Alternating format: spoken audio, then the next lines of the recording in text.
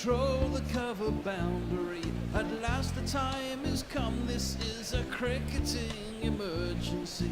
Hear this call to arms for every cricket revolutionary. Take up your bats and stumps for the test match insurgency. First they tried to silence us, but we would not be silenced. They threatened us with lies, so we threatened them with violence. Che Guevara, Sangakkara, Joseph Stalin, Douglas Jardine, Robespierre, Darrell Hare, Vladimir Lenin, O'Brien Kevin, guerrilla cricket. It's not about the winning, it's about how many rules you break. Even in cricket commentary, this is the best advice to take. Pick guerrilla cricket, it's the finest choice you'll ever make. There's so much more to cricket than rev counters and a slice of cake. At first they tried to sanitize us and clean up our act.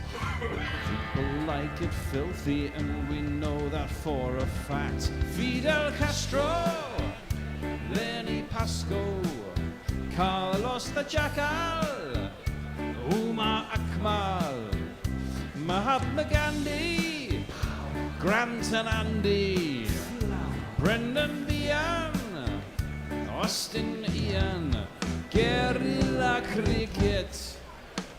Stick with us, cause you know we're not the kind of thing that you see on the TV and the radio. So vive la revolution. First they tried to buy us, but we would not be bought. Okay, we were, but then we ran away, and we will not be caught. We would not give up the ghost when they left us all for dead. They decapitated us, but we just grew another head. Chairman Mao, Jamie Howe, Ho Chi Minh, Asif Din, Václav Havel, Graham Saville, No Surrender, Percy Fender, Che Guevara, Sangakkara, Joseph Stalin, Douglas Jardine, Robespierre, Darrell Hare, Vladimir Lenin, O'Brien Kevin, guerrilla cricket. Well, welcome to Guerrilla Cricket and to the second of the T20 series between England and the West Indies, and the fifth match of the white ball series overall. Now, you don't need me to tell you that the West Indies won the ODI series 2-1 and are already one up in the T20s. England having collapsed in spectacular fashion after Buttler and Salt had set them off to a flyer in Bridgetown, and then having no real answer as Rodman Powell and Andre Russell powered the West Indies home. Frankly, if England, even with new faces, were hoping this series would lift the gloom of that shambolic World Cup, it's not turning out as planned. So what of tonight? Well, here is the team and toss news. England have won the toss, and Jos Buttler has elected to field. There are a couple of changes on each side for the West Indies. They've gone with a second frontline spinner. Gudakesh Moti is coming in from Romario Shepherd. So they are going to line up as Kyle Myers, Brandon King, Shai Hope, Nicholas Purran, Shimron Hetmeyer, Rodman Powell, Andre Russell, who made such a fine impression, like he'd never been away. Gudakesh Moti, Jason Holder, Akil Hussain and Alzari Joseph. One change for England too.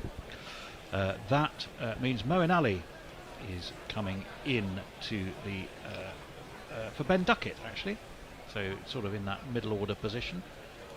It means England will line up as Livingston, Harry Brook, Moeen Ali, Sam Curran, Chris Wokes, Rayan Ahmed. Why is this? Oh, there we go. Got rid of that. Adil Rashid, Tymel Mills. Did I miss anyone there? No, I don't think I did. Right. So Bear, who is with me as ever, IT support, IT support. I'm already getting some ribbing about my 4-inch screens. Well, yes. It's not about the size, Bear. It's what you do. No, with it. it's not. Unfortunately, Unfortunately, I couldn't do anything with them. It, Well, yeah, I was quite pissed, and I was in a pub. well, yes. And as it turns out, I found out what you lot were doing, and it was some weird shit. Well, thank you. Anyway, so where do you think to? First of all, I've got this thing about Tyrell Mills. I don't know why we keep picking him. Where do you stand on Tyrell Mills? Yeah, I'm kind of with you on that one. I he was kind of amazing for 1 year when he first came about, which is about 8 years ago now, wasn't it? Because he was just really quick, but he gets a lot of tap whenever I see him. It comes onto the back quick and goes off it pretty damn quick. And yeah, I'm not entirely convinced. Yeah, well, we'll go along with that. We're getting updates from Jason on his bus. He's on his second bus from Crystal Palace, ETA about 6 or 7 minutes. So you may not be double tasking. We were supposed to have Jason opening the show with us, but as ever, he's going to be writing a book, Great Bus Journeys of South East London, and he's doing more research for that with a bit of help from Transport for London. No, Joss Butler, Bear. Joss Butler. I saw a very convincing argument written by Andrew Miller on Cricinfo that said it probably is really time he had a holiday. I mean, he's in the West Indies, but he's not on holiday. He needs a break, doesn't he? Yeah, it's weird, isn't it? Because all he does is play T20 cricket. You'd think you really wouldn't need a break from that. But Well, and ODIs. yeah, I suppose. He does look like a man with the world on his shoulders. I think they should just get rid of the cap. I'd just take the captaincy off him. Just give it to someone else. He doesn't seem to me to be a fantastic captain. And it seems to be... he's having a bad run of form. So he either needs a break or get rid of the captaincy. And one might be as good as another, because then he won't have to think about it, doesn't have to think about all the press junket shit, and he can just go and play golf like everyone else and just rotate it around the squad. Yeah, to me, he's just seemed a little bit lost. I mean, he looked lost in the World Cup when he kept having to trot out and do those post-game interviews when England had played really poorly. He made bad decisions off the field in terms of when to bat in the baking heat. He made bad decisions on the field in terms of how he manipulated his bowlers, and he hasn't scored runs. I mean, he's got a 50, I think, in one of the ODIs. Yeah. But generally, it's he just looks in need of a break. Do you think? Well, he has a little bit breakdown, and he goes off to the IPL. I presume he's doing the SAT20 and then some bollocks in Dubai before the IPL. Yeah, well, he doesn't have the India Test match to worry about, of course. No. Do you think England are placing too much emphasis on the top order and ignoring the fact that the support cast are just falling apart after that? No, I don't think you can really worry about your numbers 7, 8, 9, 10 and 11. It's a T20. If you're going to get a big score, it's generally going to come from your top order. And let's face it, Ryan Ahmed can sling a bat, and so can Adil Rashid. It's only Tyrell Mills who can't. So who shouldn't be there anyway. So I don't think. Where's I don't think you really have to. I mean, look at that. That's pretty good. I mean, they're not firing. It's simple as that, isn't it? I mean, it is short form cricket. cricket. They've been not firing for a long time in both formats. Well, they have. And at some point it'll flip around and they'll find some consistency. That's the nature of sport. We hope so. The players are out in Grenada at St George's. The Spice Island, indeed, is how Grenada is known. So let's hope we get something spicy tonight. Let's jingle up the openers first of all. Who's going to open? King and Myers, isn't it? Here's Brandon King. Brandon King, never been king before. He scores runs just for fun in the Caribbean somewhere. Nobody else has scored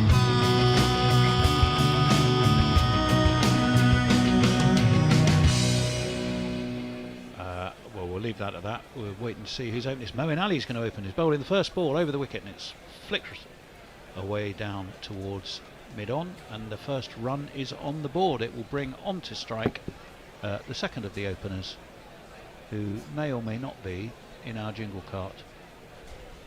No, I suspect he's not. But Carl Miles? Yeah. Is he not there? No, he's not. No, just search for him. Oh, I haven't got time to do that. It gets too complicated doing all that searching. And Moeen Ali concedes a single off the very first ball. The left-handed Myers. There is a slip for England. Ali comes around the wicket. It's defended by Myers back towards Moeen Ali. And there is no... He's a muscly chap, isn't he, Kyle Myers? Yeah, he's a big lad. But I mean, the West Indies generally have got power to burn in their batting lineup. Around the wicket again comes Ali, just nudged past him this time, but fielded at mid-on, I beg your pardon. Chris Woakes, who seems to be enjoying himself, big smile on his face. I mean, there's worse places, even if you're having a bad run of form. Well, there's worse yeah, places to be that, having it, I mean, aren't there is that. there? Onto the back foot, guided uppishly towards backward point.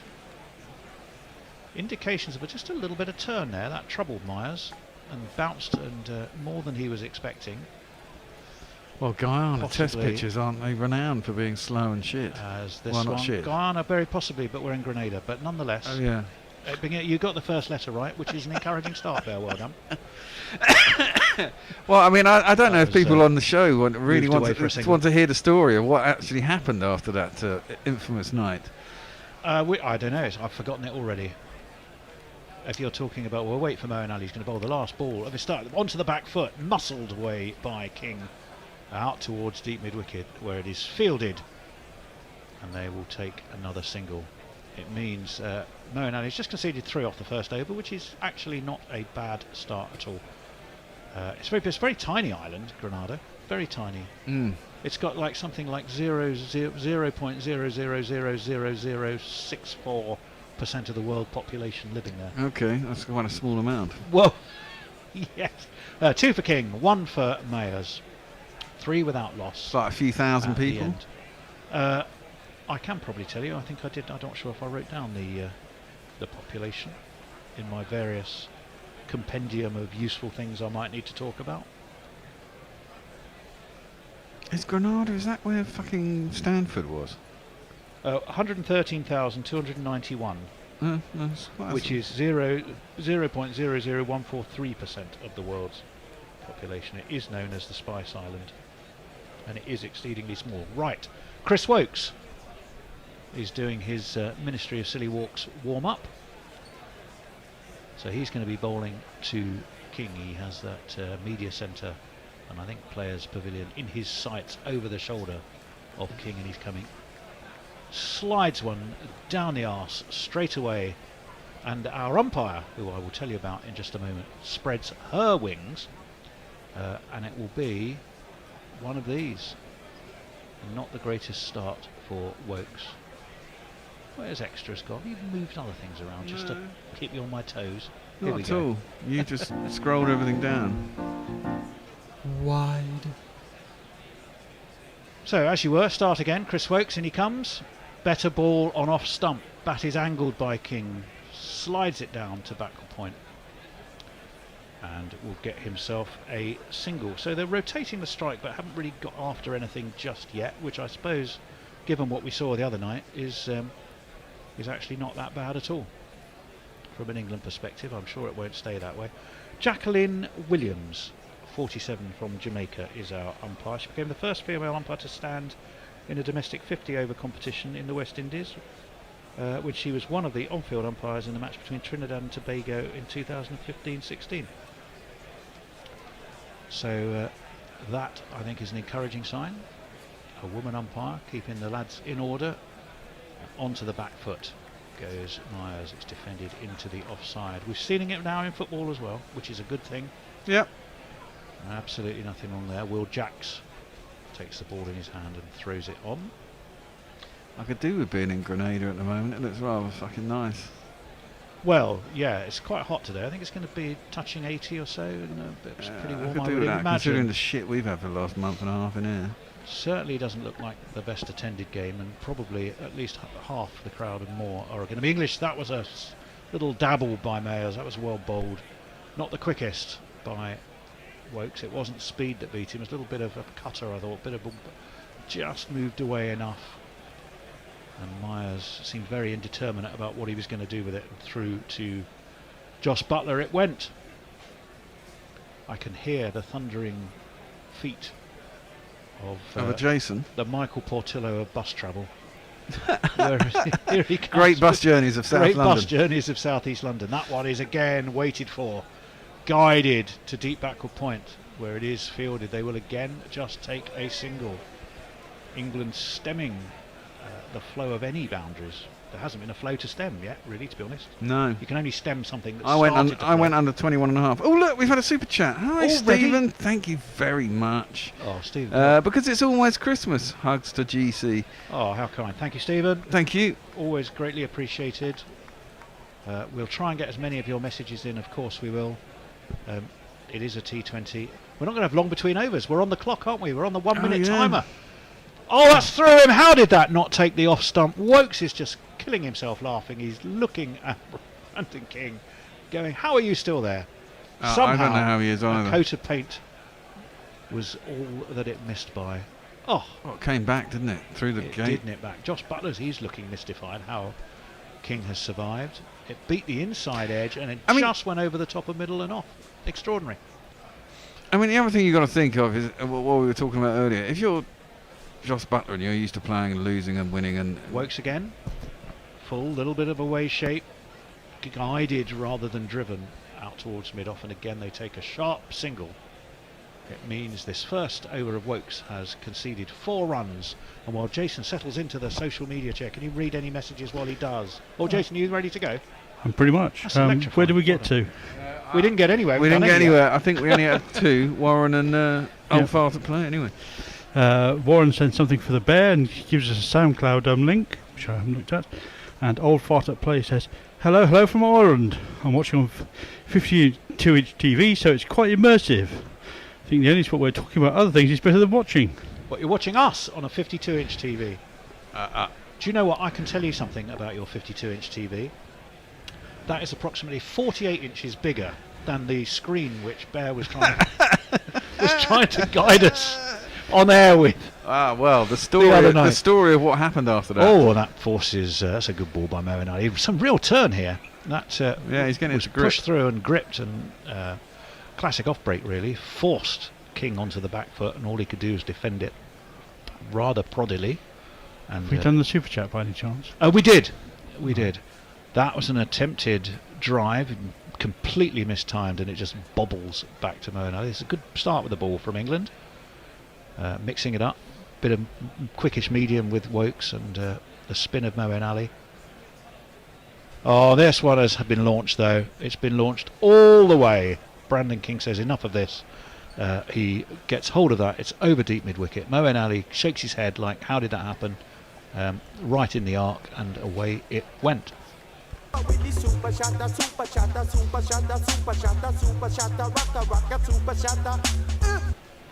Well, he bowled him a slog sweep length. What do you expect to happen? Wow, very true. When the man was there, the man was on deep cow, right on the line, and just went 8 feet over his head. Well, Jason, I've got to tell you, until you arrived, he'd bowled beautifully. So I don't know what you've done to poor old Moen Ali, but I'm the anti-Ali. Anti-Shelley. You are the anti-Shelley. An anarchist. I am the anti-Shelley. I am an anarchist. This one is a better ball, floated up outside of the off stump, and King, well, he stepped back, but he couldn't really lay too much on it, and it just bobbles its way towards point, and there is no run. Under 5, the run rate so far in the first power play.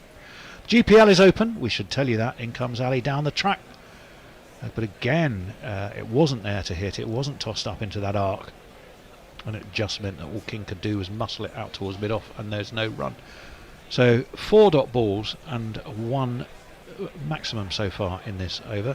It looks like we've got another super chat, Bear. Just let me call this ball and then you can be straight onto it. Oh, Jason can. That's launched again. Has it been launched far enough though? Yes, but only just. That boundary is fucking tiny. It is a tiny boundary. Harry Brook is the man down there. Well, So no 4s, 2 6s. End of the third over. It's 19 without loss. Jason. you'd think that, but then again, Carl Mayers were looking, all the boundaries looking tiny in the last match, where he hit things for 105 metres onto the top of the onto the roof a couple of times. Yeah, but wasn't it? And out of but the ground. I mean, it's a complete mishit. Harry Brook was following the ball and tripped over the He boundary was spot. trying to get it back in. We have a super chat, Jace. Yes, I can't read it from here. It says, does Bear's story involve a door and Oh. and a 4-inch object?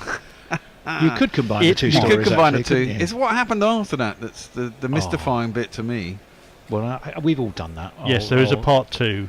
Wokes in. That one is slapped away through extra cover. Beat the dive of the man who's at short extra because he's inside the circle, and it means it's gone for 4 more.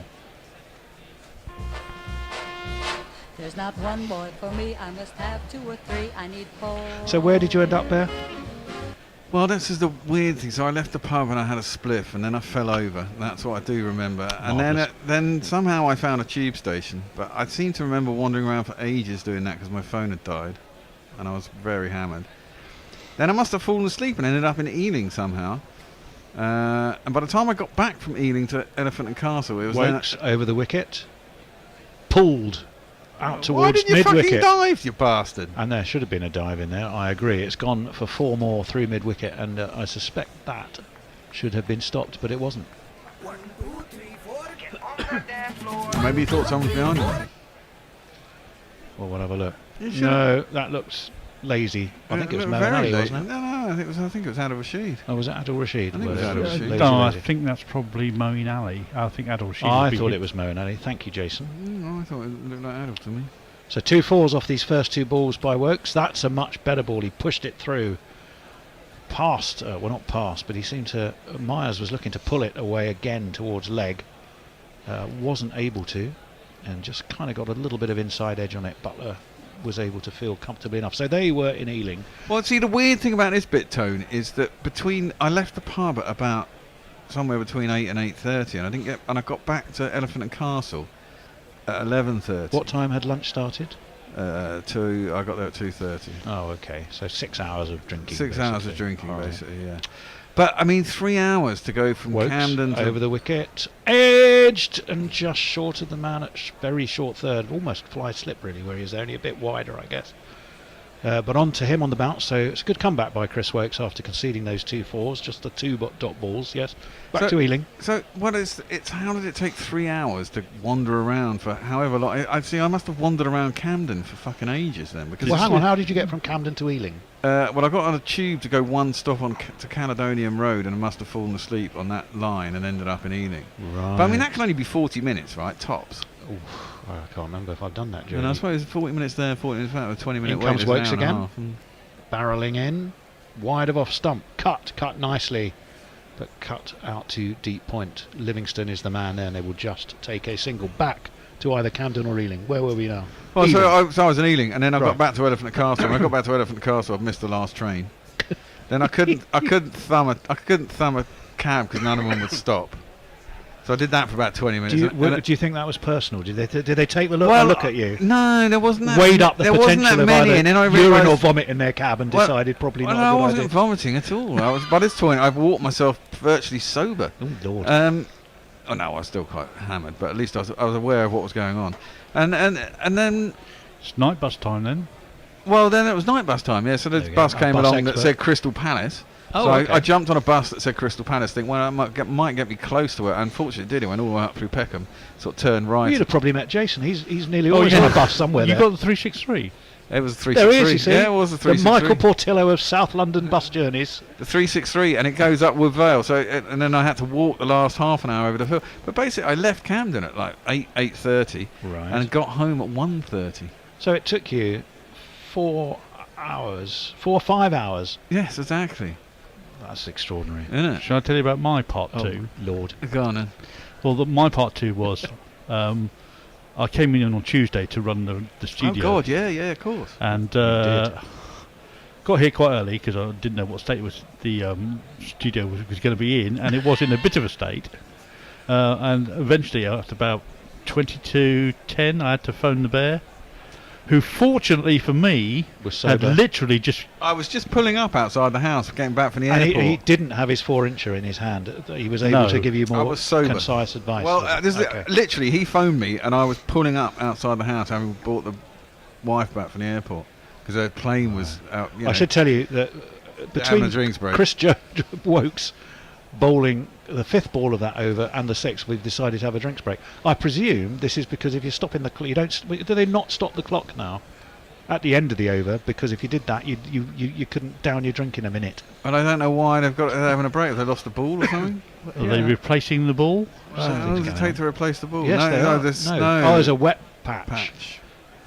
It's bright sunlight. How can you have a wet patch on the pitch? Well, And there's who no knows? threat of rain, apparently, for the knows? whole of the game. Anyway, so Jason, here you were in the studio, Yeah. arrived in time to try and correct all the damage that Hendo and I had left between us, Yep. albeit with some remote Between confusion. and the bear was muttering, saying, "Why have they done this?" over the phone all the time. Once I managed to get him logged in and helping me, because that was an issue in itself. Oh Lord, yeah, well I know. The damp patch is right on the angle of the crease, on the popping crease, and the line that is drawn to delineate what a wide is or is not. And it's clearly the footmark that Wokes was landing in. Yeah, he's So not it's happy. right on He's- his he's footmarks. So he's going to say those 2 fours were conceded because of that. erroneously. It's not And my yet- fault. It's not and my yet- fault. And yet somehow he bowled 2 really excellent deliveries after that. So without it's 3-1 being a up at the problem. moment. We need to do something here, don't we? Well, they're 1-0 up in this part. Well, they're 1-0 up in this T20 series. I don't think there's a Super Series result on the line here, unlike the women's game where they tally them all up together. I think you're probably right. We have a tweet in the meantime. Marvellous. Messenger sends a picture of, where did those 4 hours go, Bear? We think this might be clearance. It's a picture of drunk down and out in Perth, I think that is. Very nice. It was something like that, Messi. It really was. It was horrific. I do remember I had this spliff and then I just sort of keeled over. Right, And here some is people were staring finally at me. the final ball of this over, which is on leg, whipped away.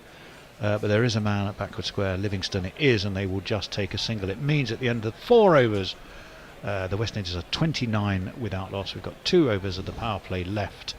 And Jace, who else do we have? Well, we've woken up the pawn bot, obviously, and he says, did Tony Bishop say he has a damp patch by the crease? I have ointment for that. I would have thought it was Bear's 4-incher that might have aroused him, if you'll pardon the expression. Roused, not aroused. That would be a completely different connotation, wouldn't it? It would. I But know what I you, meant. what the, somehow, I'm presuming it was Hendo, not you, who did all this. Yes. I'll blame him because he's not here. Exactly. I thought it was the easiest way around it. Well, Hendo went off in such a huff, he left his prized AFC Wimbledon. hat I've behind. spoken to him since. He was laughing about it the other day. Yeah, we all have done. We all have done. Yeah, exactly. Somehow Hendo managed to drag the TV screen across the app, which is why they had half a TV. If everyone's wondering what that was all about, and then rather than share the TV, the fucking Zoom, that's why it was all scrunched Here's up a in man one who's side. blown hot and cold, very cold in the World Cup, warmed up temporarily at Sam Curran around the wicket. He's driven straight to short extra cover, and there's no run. Good start for Sam Curran. Sam Curran. What's his distinguishing feature? Sam Curran. His dad's from Zimbabwe. Sam Curran. And he's beloved by Liz Yates. Sam Curran. I don't think Bear England are going to be overly troubled by not having taken a wicket. They'll be quite happy that they've kept the batsman in the box thus far, won't they? Round the wicket comes Curran, down the track, launched up and over extra cover. Beautiful shot by King, and that excellent start for Curran lasted all of 1 ball, because that one has been lamped away for one of these. I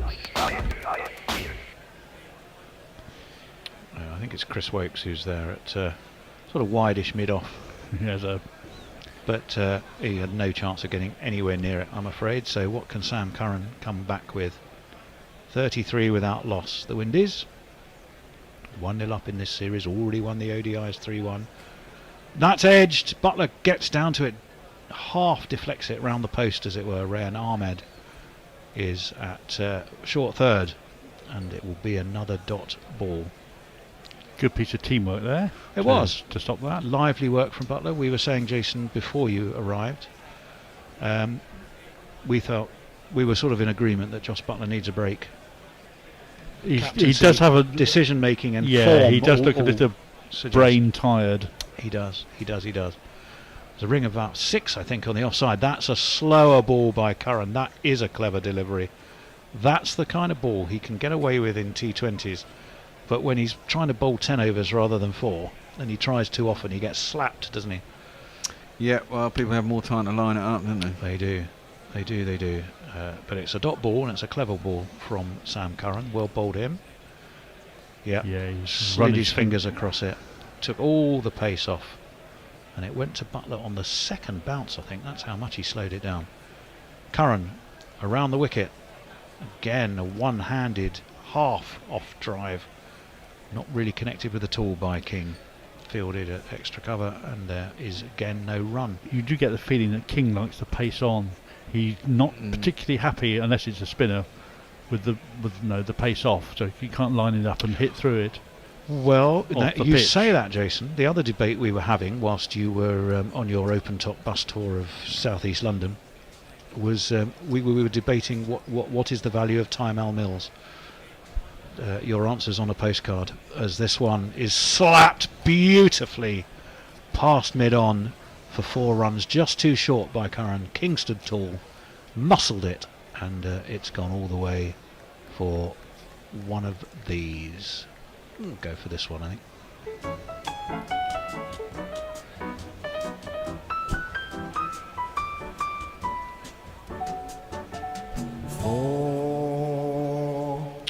Four it was. So 37 without loss after 5. Oh, we should be due a change. Oh, I thought wasn't it not 766 or? No. it's 4 lots of 5. We are quorate tonight. We have everybody we need. So I just need to remember who's doing what. For some reason, it's pictures of my Christmas tree and Vivian's Christmas present. Oh, right, here we go. It's you, Bear. Oh, is it? Oh, Lovely. funny enough, it's just the 3 of us again. Oh, is it? Funny that. So we don't actually change chairs, but that you can take over some ball by ball. Oh, right, okay. Can you change the studio lineup so people can actually see me then? Oh, yeah, that's very true. Wokes is in. First ball of his next over is slapped by Mayers over cow, or out to cow. Yeah, it was over cow. 6 runs. Very short boundaries. I'm not really sure I like them that much.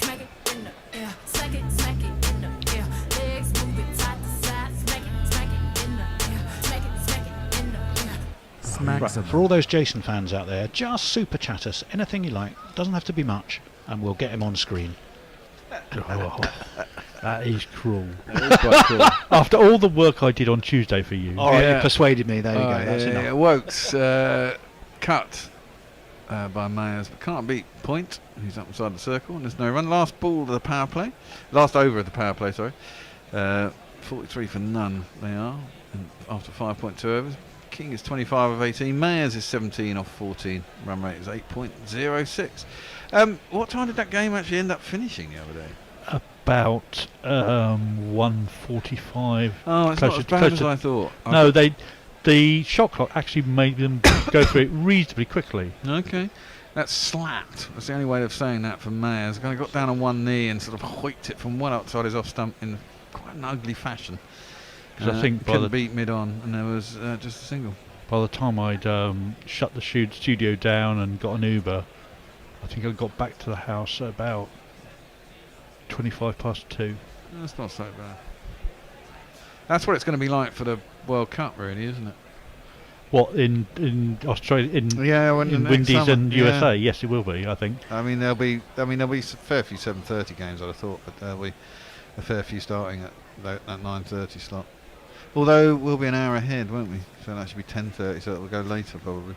Well, that's gone up in the air. Has it gone long enough? The boundaries are very short. No, it hasn't. It's been caught. Finally, a wicket has fallen. Mayers has gone 17 off 15. He's tried to slam it over the top. He's got a big top edge. It's gone miles up in the air. Not very far. Mid-off has gone back and across. Caught it. Who was at mid-off? Was it Moen? Sam Curran, I think. Was it Sam Curran? Sam Curran. Can you not see the Oh yeah, of course glowing I can. hair? Yes, the glowing hair. Well, it's one of these anyway. There was nothing I could change. I was gonna go out strange. 17 off 16 for Carl Mayers. Yeah, that I They're mean, not exactly scooting along, are they? 43 no, that for was one. very like who was it who got out that way? Was it Josh Butler or Will Jackson in the previous game who played a very straight shot and they just looked like it was going for 6 and then realised it only gone about 25 yards. Well, Nicholas Pooran is in next. Given the paucity of time between overs, which are all on the clock, I can tell you that Warren has said, just got a YouTube advert of someone doing cheese sculptures. Is this to go on the jacket spuds? For some reason on our Patreon conversation, there's a whole thing about potatoes going on for some strange reason. Right. But it was going on last night as well. Well, As I recall. potatoes Somehow are- I got sucked into it at some point because they were looking for terrible potato puns, so I was happy to jump in with a couple. Who's the new man? It's Nicholas It's Pooran. Nicholas Pooran. Yeah, he isn't. Yeah. Did Bear have a chance to update the no, cart? didn't it? So if you go, see on the left, there's the 3 big round buttons. Go to carts one in the middle, that one, carts, yeah? Click on that. Type the name in. Well, you might have to delete whatever was in there first. I think I did. Oh, And meanwhile, Press enter. Wokes is wandering in. Boom. okay. And it's guided down inside third man. Was Tyrone Mills, and it's gone down to third man. Well, do you know what? One. That wasn't hit by Pooran, was it? Yes, it was. Brilliant. Well, here's his jingle then. No, drag it into an empty box. Then play it.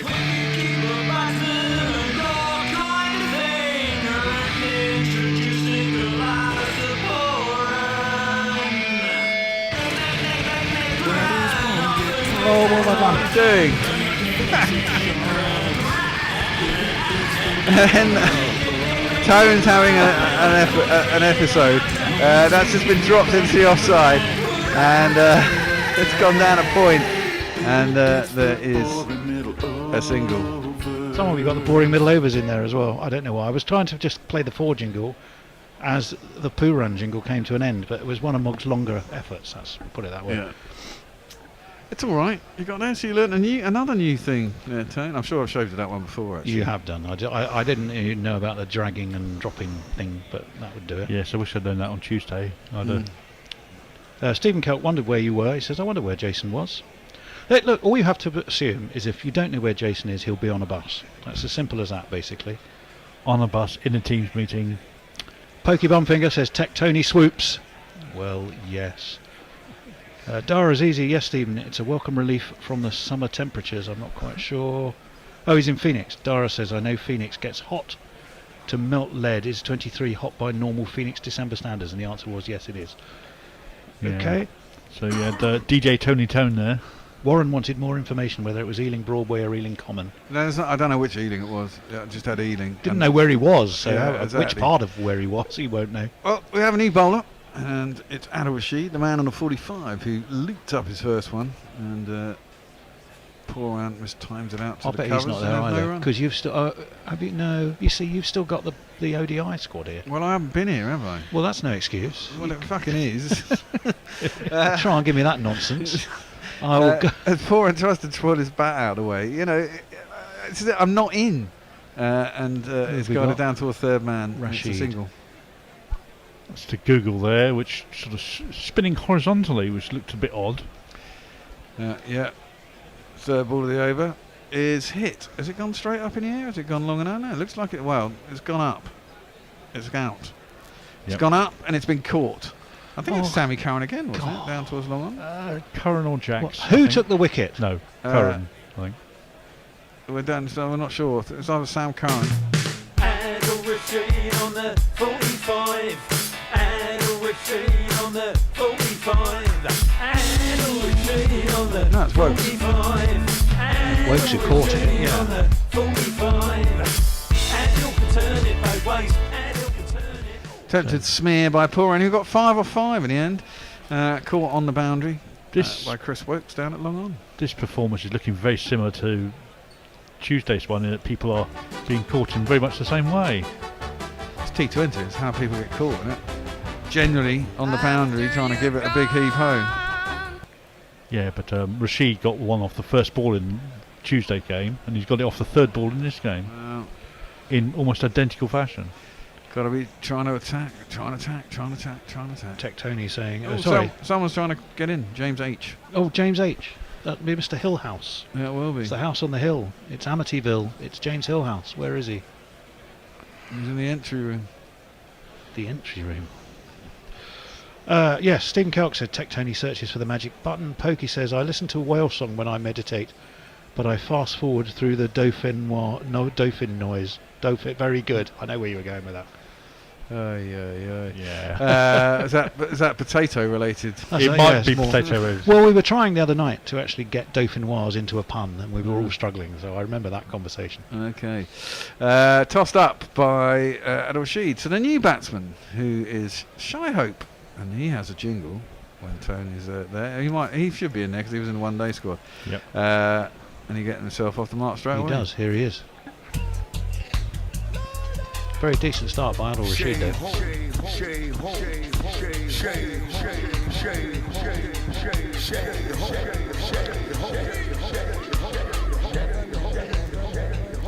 Nice. Good bit of dub there. Yeah.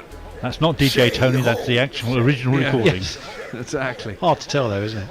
Yeah, Brandon King. He's still there. 26 of 19. Gets whips it out to deep square leg. Gets himself a single. And Adil Rashid is in, blocked at by Shay Hope. Goes behind square on the offside. There is a fielder there, and there will be no run. And that brings the end, the 7th over. So what, we've got a minute now, and then they have to get back at the other end. That's right, or else they start to, they get 3. It's 3 strikes and you're out. When do we get to see the shot clock? I haven't seen the shot clock yet. We didn't get to see it at all on Tuesday. Oh, well, they should have it in the corner, shouldn't they? I think they should. Well, we were chatting about this in the Bishop and Bear, weren't we? Well, Basically, exactly. they really should have the countdown theme. Well, they do. What? Yeah, they should have. The last 5 seconds should definitely be the countdown bit. Yeah, exactly. that would be brilliant. You know, you've got to rush round. But they should have it for the purposes of TV. They do have it in the ground, I believe, don't they?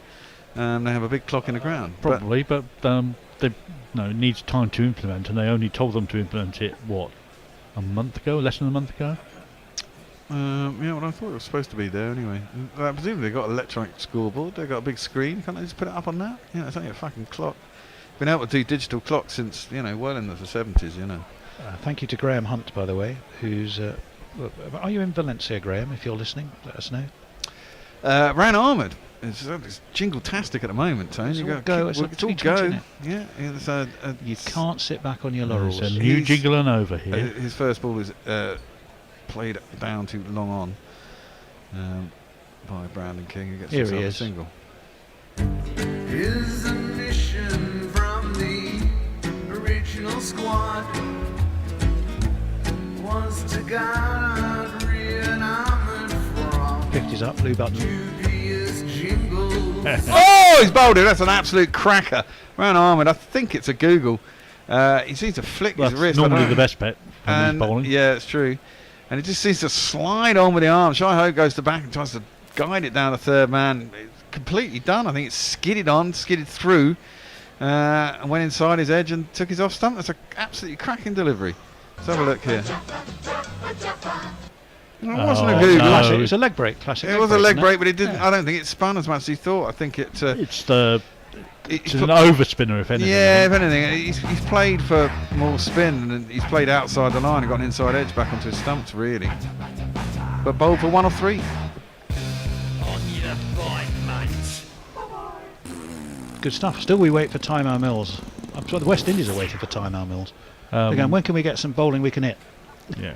Well, Brian Ahmed finished off his spell in the Tuesday game very much like this, looking like he was going to take a wicket every ball. He had 2 wickets in the last over, and I think 2 very dodgy shots that just fell short of people. Yeah. So he's clearly got a working plan of what to do. Ah, Mr. Hetmeyer. Shimmeron Shimron. has been promoted, I think. Nothing so far in this series, though, has he, really? At all. I Shimon, tell that you much. A couple of good catches from Ever since, Tuesday. I've got to say this.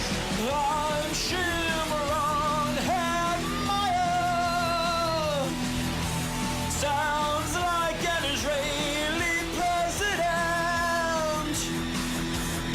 When Shimron Hetmeyer started, he was quite a wiry young lad. And then the COVID hit, and he started eating some dumplings, is all I'm going to say. That's driven up to long off as a single. As a man with a girth of my own, I'm not one to criticise, but Where do you think he scores his dumplings then? I don't know. Probably got his favourite place. Maybe Mrs. Hope makes particularly good No, dumplings. she might well do. That one is a was a googly. googly, and King gives himself some room on the leg side and bunts it up to mid-on, long-on, gets himself a single. Jersey Oak, under that picture of the vagrant crashed out with some other vagrant crashed out, says, "Is this the next episode of the Bishop and Bear?" Possibly. Leans forward as Hetmeyer, plays it back down to the bowler, no run. Yeah, I think Shimron was also one of those people who was very sort of averse of travelling or working in the COVID environment as well. Yeah, it might have been. He went over to the IPL, I seem to remember that. And that one's driven it up to long off. And it's a single. I thought he didn't tour England for that reason. Yes. 2021. But it wasn't. Yeah, I do remember he didn't come here. You probably want me to do some messages now in the 1 minute permitted, don't you? Yeah. Right, well there's a few coming through. Stephen Kelk, big love for our leg spinners. Yep, we go along with that. Didn't Adil Rashid describe him as my younger brother? Yes, that was in an article on Quick Info, I think, a couple of days ago. What I thought was really interesting, because they both were the pick of the bowlers in the last T20. They're both, one took 3, one took 2, or they might both have taken 3 wickets. But I did notice that Adil Rashid's figures, he was going for 2.5 less and over than Ray and Ahmed, which is kind of, they both can turn it. Given some air by Adil Rashid, and Hetmeyer plays it out to mid-wicket, there's no run. But the extra experience of Adil Rashid over Ahmed gives him that little bit of extra control, and that's worth a lot. I suspect that if you take the first over of Ahmed's spell out, you'll be very identical because he went for 19. He did. Oh, Is that edged? It is Yep. edged. it is. It's gone. Hetmeyer's leaned forward. It's spun. I presume that would have been the googly then, wouldn't it? Because it's gone away from Hetmeyer, the lefty. It's gone across him. Yeah, it's gone out the front of the hand and just snuck on. And Hetmeyer's really not played anywhere near it with his foot. Just Another shoved one his bites bat the at it. dust. Caught a slip. I think that is going to be out, Fred. Another one bites the dust. Yeah, that's I not the googly, it's more the slider, that one. Yeah, definitely. He's kind of pushed out I the would front of just the hand. say, remember that the change that the West Indies made was to bring in a second frontline spinner. So I think they knew a thing or two about this track when they decided to do that, didn't they? Well, it may not be Guyana, but it's acting like Guyana. But we've got Jacks. We've got 4 spinners, or We've 5 got, spinners. we've got Jacks, the two, Adil Rashid, Mowing. Moeen Ali, Livingston.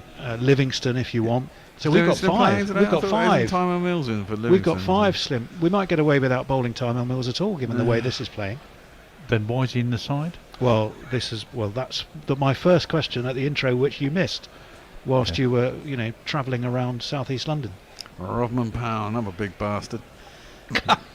Well, he's the captain. it a He's long captain bastard to you. They've all got big guns, haven't they? Yeah, he came in and certainly smacked He's it not going to around be on there, is he? Tuesday. Well, of course he's not. No, he's like Dre Russ light, but not much lighter. Is Dre Russ playing again today? Yes. Yes, the person they took out was. Rothman. Well, no, they're unchanged from the West Indian side. There's only one change in the England side. I'll be honest with you. Oh, that's a big turner. There's a lot of hands go up to head Oh, that was. as it maybe misses the bat and hits the pad behind, but high and probably going outside. Here's Probably Big missing Robbers. off. Yeah, it's missing off. Rodman Powell's got an awesome name. It makes him sound. It's into his pads this time from Moen. He's worked down to short fine leg. Did they go through for a single? They did not. his life's full of girls and cars and lots of fun. He's called Man-Pound. That's very much the shot from Hetmar of a man who's not in form and not using his feet. Exactly, he just followed it with his bat, didn't he? Robin Powell just punches that up to long off. He'll get himself off the mark. A single. Bowling beautifully, Rashid. Absolutely beautifully. He's happy enough to give that just a little bit more air. We're watching the replay though with the one that took the wicket. He's got almost a Shearer-like celebration for his wickets, but he puts the one finger up, doesn't he? Thrown up, tossed up, and driven out by King, who's just watched everything collapse at the other end from him. And it's driven out to cover, and there's no run to end the over. 9 done, 55 for 4. I think it's Richard who's coming on soon. He said, Hetmar's tiny goatee is no match for the combined beard might of Moeen and Rayan there. No, of course. Rayan Ahmed hasn't got a beard, has he? Yeah, I think so. Has he? No, Are you I think sure? he I don't means think Moeen and Adil, surely. Yeah. Yes, that's what I thought. I think you're thinking about Adil Rashid rather than Rayan Ahmed. Unless he's grown a quick beard between overs with only a minute. He's got designer stubble, definitely, but I don't think he's got much more than that. No, I don't think so either. Beautiful setting there in Grenada. The Spice Island. He's got a beard. What are you on about? Has he? Oh, okay. I'll take it all back. Well, you can tell me yourself, Richard. You're on in a minute. Well, you can see yourself. Look, you're gonna see him in a minute. He's going to be bowling. It's not like that. It's oh, Jesus, that goes. It's almost gone in the air, isn't it? Well, it's a bit of swing in the air. Exactly, swing as it beats Robin Powell's bat. And it shot pretty quickly off the pitch as well as turned. Yeah, he's definitely bowling slightly quicker, I think, today than he was. Double. That one's tossed up again. It seems to sort of float in the air. Driven down too long on. It'll be a single. I mean, the one thing we can't see from the pictures that we're watching is how much wind there is at the ground, whether it's drifting across because of the wind, which might well be a possibility. There's a beard, Tone. Look, beard. Yeah, he does have a beard. I take it all back. Yeah. Smash straight back down the ground. Nice shot from Brandon King, who is the only man who's done anything. 32 or 23 now. He's been watching Carnage at the other end. 4 runs.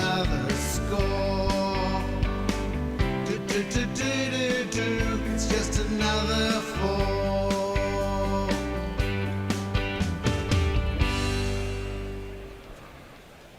Ryan Armand. Oh, how the hell did he not get bowled? He went back to Brandon King to set himself to smash it over the offside. Ryan Armand shoved it through very quick. He's got a little and inside very edge, flat, yeah, and it didn't seem to squat off the pitch. It looked like it was going to skid on and hit the stumps, and somehow I think he's just missed leg stump with getting the inside edge. Yeah, he's got a little bit of bat on it, and somehow it's missed the stumps and gone behind Butler for a single. No chance for that, really. No, not at all. That's a googly, and Robin Powell hoiks it out to Cow. Where Seems to drag it down a bit as well. Yeah. I think he's getting a little bit overexcited, and when he does, he bowls very. He bowls well. Unlike, he bowls quite flat. Unlike and he bowled that one into the deck to get it to turn and stop, I think. That one is Fuller, and King pumps it up to long on. It'll be a single. It's 10 overs done. 63 for 4 are the West Indies. We'll have a drinks break. What's our next? I can tell you and me are having a break there. Oh, okay. Jason isn't. He's going to move into this chair.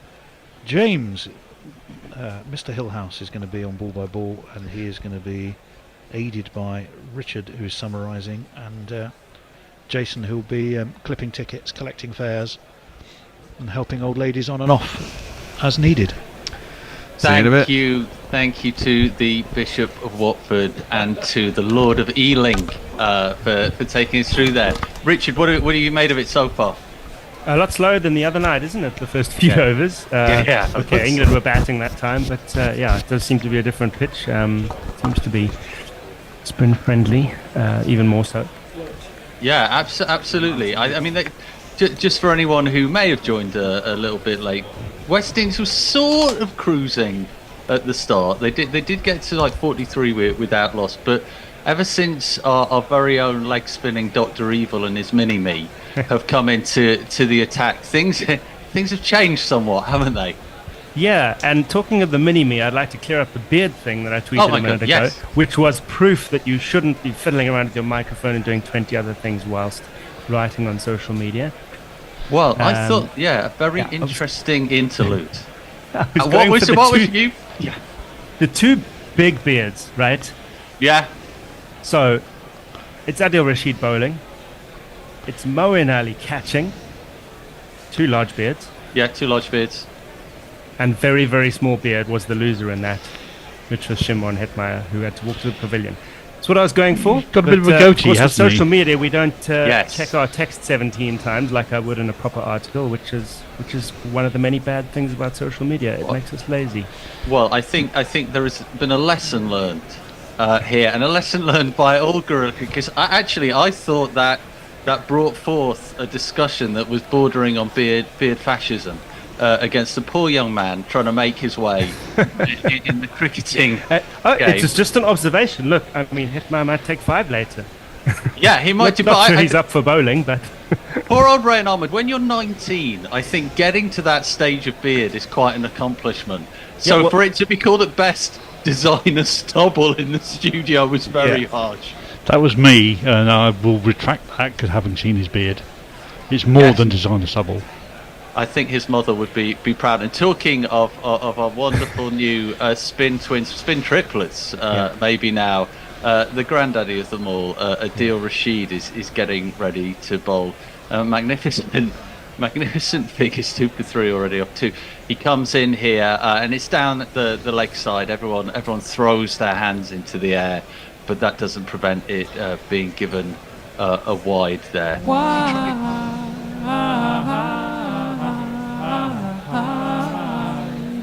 It's not going to stop Rashid coming in for the next delivery, as he does. This time he's overcorrected, and everyone focuses in on the umpire, but he lets it. King smiles wryly, as though to say, "Come on, do me a favour." Well, it pitched inside the advice mark and then span well outside it. Yeah, this time we corrected again more towards the leg side, and King is able to push it out onto to the leg side, where it is fielded just for a single. he's tested out the full width of the pitch. I mean, you've got to do that. Yes. It's over. Yeah, and I think the results are positive. It's wide enough. Yeah, exactly. He now knows what will happen. All sides of it. This time it's more on the money, but Powell is able to again guide it out into the leg side for a single. It feels with the kind of muscles that Powell has got on him, that gently grounding it out for a single just feels like a bit of a waste of time for him. It looks wrong, doesn't it? It does. It's too gentle. King facing up, making a good fist of it again. This time he dances down the wicket. He checks himself because Rashid saw him coming, but he still is able to get a single here. I mean, this is the power of Rashid, isn't it? When it goes well, it's singles all the way, like and Warren Beatty Christmas in the 60s. Yeah, he's culture references, music references. They fly several miles above my head usually. What do you know about the 60s? You look young. Well, I like to... Oh, now Powell plays that out onto the offside. There is no run there. What do I know about the 60s? Just stuff that my parents told me that I ignored, and then by osmosis it just gradually went in. I thought you were going to say you listened to your parents. That would have been even more remarkable. No, occasionally I'd throw them an ear or two. As Rashid comes in, hopefully to complete his over now. A bit more air there, but Powell again is able to whip that into the leg side for another single at the end of the over. West Indies are 68 for 4. Jason, what's happening in the social world? Warren says, is Richard starting Fat Beard Week? Well, I was going to comment on beards as well during the between over I think interval. a beard is described as full rather than fat, is it not? I was just going to comment because no one said anything yet about the very much designer beard that Brandon King's got, which is quite a long, thin strip along both sides. But it is immaculately maintained, I think. It is absolutely that sort of beard is a commitment. So that suggests he is a man who goes the whole hog. Although I always remember I had an English teacher. Oh, hello, the forgotten man. is into the attack. He wipes his bald head. Tamal Mills. Doesn't have to worry about hair much at all, does he? Yeah. Okay. Talk Do we among have a yourselves whilst I jingle? find a jingle. Yeah, no. This is the thing. We're still having to sort of dredge up the jingles from down in the cellar at the moment. But Tamal, who's been as much a spectator as all those gammons who've made it over to the West Indies for this tour, comes in, starts skipping, then starts running with more purpose, coming into Powell round the wicket, and he pitches it short, doesn't really get up. Powell goes to pull it, and then looks at the bottom of the bat as though to say, "You bloody idiot! What did you let me down again for?" But really, Powell just played that shot last week. To one that he didn't just roll the fingers over, but rolled the entire wrist over. Yes, he almost broke his wrist. He rolled it. So actually, we shouldn't joke about injuries with Tamal Mills. It's good to see him on the field. He begins his. Do you want the jingle now? Yeah, let's go for it.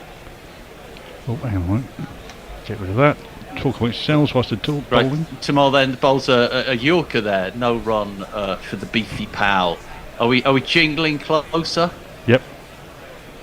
I see a bad pack of bowling.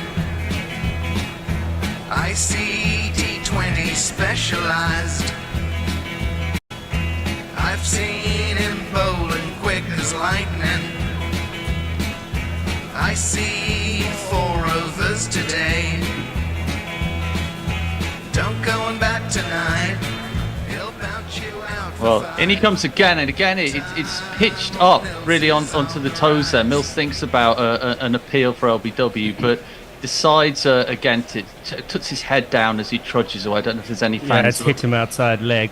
First full speed delivery, 3 balls in, I'd say. Yeah, he got a bit lucky there, didn't he?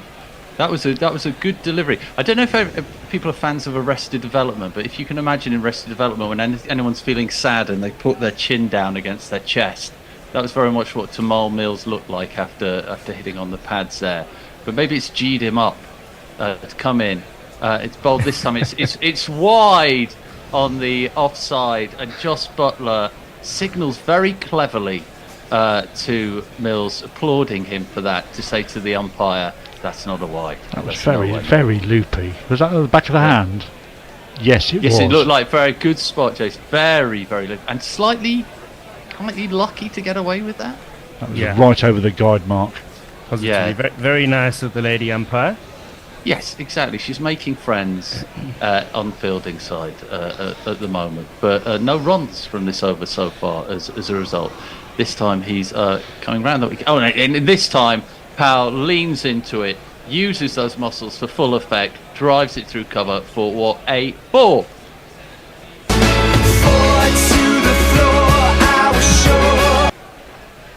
That's a nice shot there. That is textbook. Absolutely textbook. Yeah, absolutely textbook. Isn't it nice? And it was a cover drive. Let's beautiful. It was. Be clear about that. Through the covers, through the big gap in the covers. It was like if David Gower had been injected with the super soldier serum. It kind of combines finesse with the muscle. So Mills coming in now to hopefully complete his over, number 72. He's wide on the crease this time, and he beats Powell. Good comeback from Mills there. It's the end of the 12th over. West Indies 72 for 4, and a good first over that from Mills. And we are becalmed on social media at the moment. So can I do a bit of go ahead. up for those who may be recording the India South Africa T20 International? Ooh, yeah. Block your ears. Spoiler coming. It's over. India posted 201 for 7. South Africa did not make it to 3 figures. They've been dismissed for 95. Ooh, ouch. Okay, all listeners and viewers, keep those ears closed. Who did the damage? For India with the ball, let's mention that Sky made 100 when India were batting off 56 deliveries. Wow. And with the ball, quick look, 5 for Kuldeep Yadav. Oh, lovely. Yeah. On economy rate of 6, which is exactly the current West Indies run rate in this game. There's an awful lot of cricket going on at the moment. There's this match, there's the match you just mentioned after this ball. Rayan coming in, and this time King says enough is enough, kneels down, launches it way over the long off boundary for a meaty 6.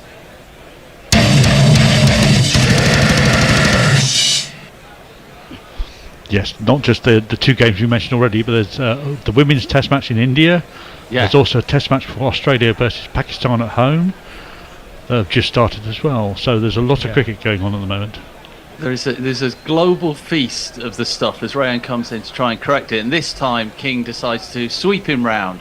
But one of the mighty beards, I believe Rashid, dives down, and dad to son says, "I've got your back all the way here. Don't worry, sunshine. We got this." Rayan always looks like he's got a lot of suppressed energy, I think, between deliveries, doesn't it? It's like puppy boy enthusiasm. Yes, it is. It's exactly that. It's what Sam Curran's face should have, but doesn't. As Rayan comes in again, it's more on the money this time. King attempts to stab it out onto the offside, but there's no dice this time. What have you, Richard? What have you made of Rayan Ahmed so far from what you've seen of him? Not seen a lot, to be honest, but I have learned that he's actually got something of a beard, rather than none at all. Well, the bearded one comes in again and it's slapped over his head, but England have learnt their lesson, and it is now it's fielded, but then is it spilt over the boundary? I think it is. By Chris Wokes. Dozy Wokes manages to get down there. He does all the hard work, scurries round, and actually that is an absolute village cricket gimme. I think it bounced off his knee. He kneed the ball. No, I think he hit him on the palm of his hand. Oh, am I being unfair? Yeah. Okay, the palm of his hand. Maybe that's worse. So that really hard bit on your thumb, underneath your thumb. Oh, the kind of, yeah, okay. So maybe he's slightly... Now when he doesn't bowl again for the next 6 months, I feel bad about that. Rayan goes again, and this time King says, yeah, I'll have a bit more of that, thanks very much. Overs it, Cow. Massive one this time for a 6. Takes him to his 50.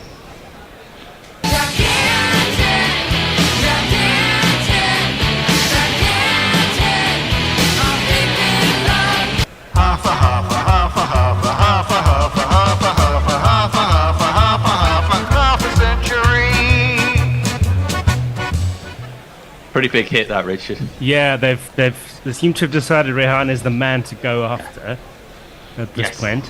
Yes, I'm surprised they hadn't done that in the one day as in the previous T20. I know he got some thump in the first over of the last T20, but I would have imagined they would have gone, because I mean he's so young and he does bowl so many googlies that after a while maybe it becomes a little predictable if you get your eye in. Here we go again. We had lots of ball replacements on Tuesday, and I think they're just looking at this one saying, is it smashed out of existence on the concrete? Do we need to replace it?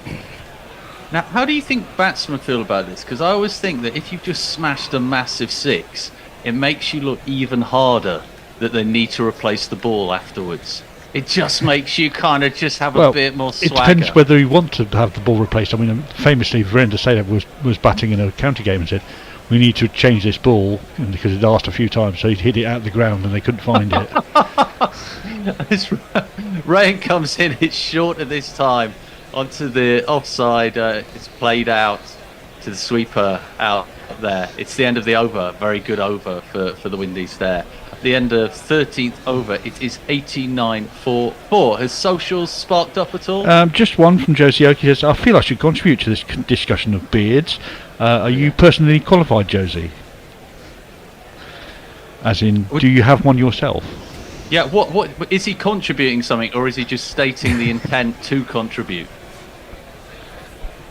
We'll find out when he's... It feels like there's a bit missing from that communique. But we want to hear more. Yeah, please do contribute to it. If he's really in Johannesburg, it's probably been stolen, that middle sentence. Yeah, by violent hijacking. I really remember when I first grew a beard, someone explained to me the concept of beard envy. That you never look down on anyone for your beard, but you look up and you admire other beards. So I wonder if Rayan feels like that about mowing and about a deal at the moment. As Mills gets ready to come in again, it's wide on the offside again. King slashes at it, just perhaps a little bit out of his reach there. He practices it again. If it's out of its reach, I would make it a candidate for a possible wide, you would think. But it wasn't called, was it? No, and I think it's that angle that he's getting, isn't it? It's the angle, and it's a lack of footwork from people who are just planting themselves to swing through the line. Yeah.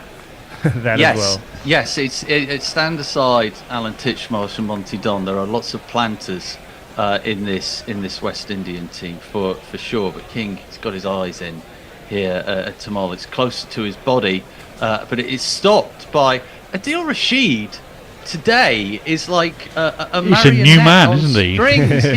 It's like he's drunk goat serum and is bounding around on the mountain. It's absolutely astonishing. Maybe this is what happens. Rayan is there, and psychologically at the back of his mind, what was it that Darren Gough had introduced to him by somebody to prolong his?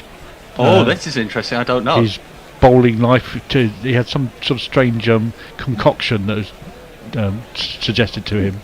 Mills in again, pace off. Powell attempts to pull it, not really realising that it was a slower delivery there. And he's just found gets his line here, Mills, hasn't he? The last couple of balls. Well, he was a bit average, wasn't he, in the previous match? But I think he's done well here, coming in here. I want to know what. So we're thinking Darren Gough, maybe had monkey glands implanted into his buttocks or something. Well, he had something very odd. He went to a specialist in, I think, Germany to have this treatment. I don't know what the details of it are exactly, but I'm very sure it involved the imbibing of something very odd indeed.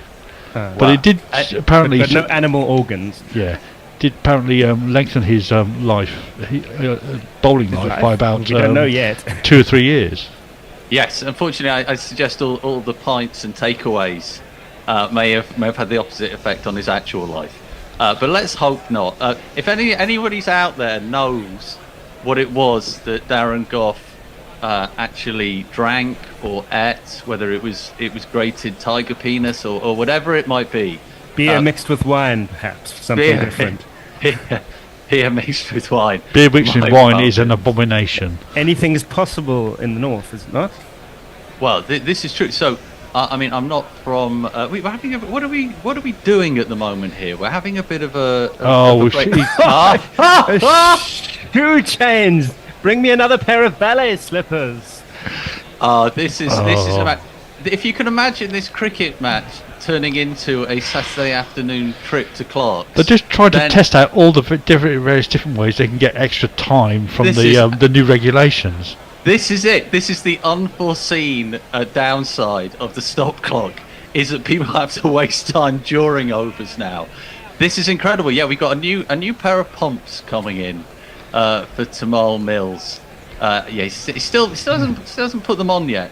We're having a discussion with the umpire. He's discussing the time of day with the lady umpire, I do believe. Yeah, there we go. We're finding it. This is slightly reminiscent of my every school day morning of me watching my daughter putting her shoes on. But by this stage, I would have barged over and gone, "Oh, we can do this more quickly," and got involved myself. Yes. Well, we've got to drop you off at school and then go to work. You need to hurry up. Yeah, exactly. Come on. We can do it. You've got to get to school at a certain time. But yes, no one's doing that for Mills, so he is taking his own sweet time. Well, what we've already learned from the shot clock experiment is that everyone sticking to the rules between overs is not enough. I think the first innings in the previous T20 took an hour and 3/4. They've had the idea from baseball, but baseball is between balls, not between overs. So anyway, Mills, newly shoed, comes in, and it's had a big effect on his bowling actually, because Powell was able to hit him for a 4. Maybe not what he was intending.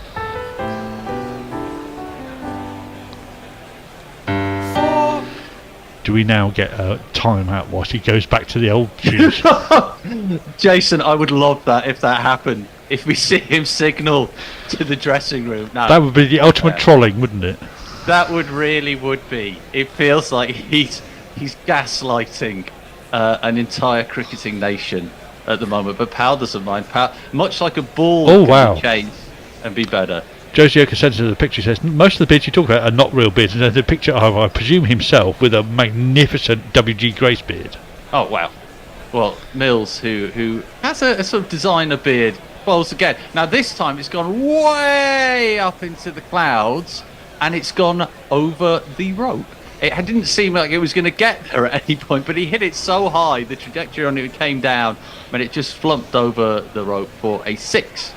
Again, pace off. 1, 2, 3, 4, 5, 5, 6.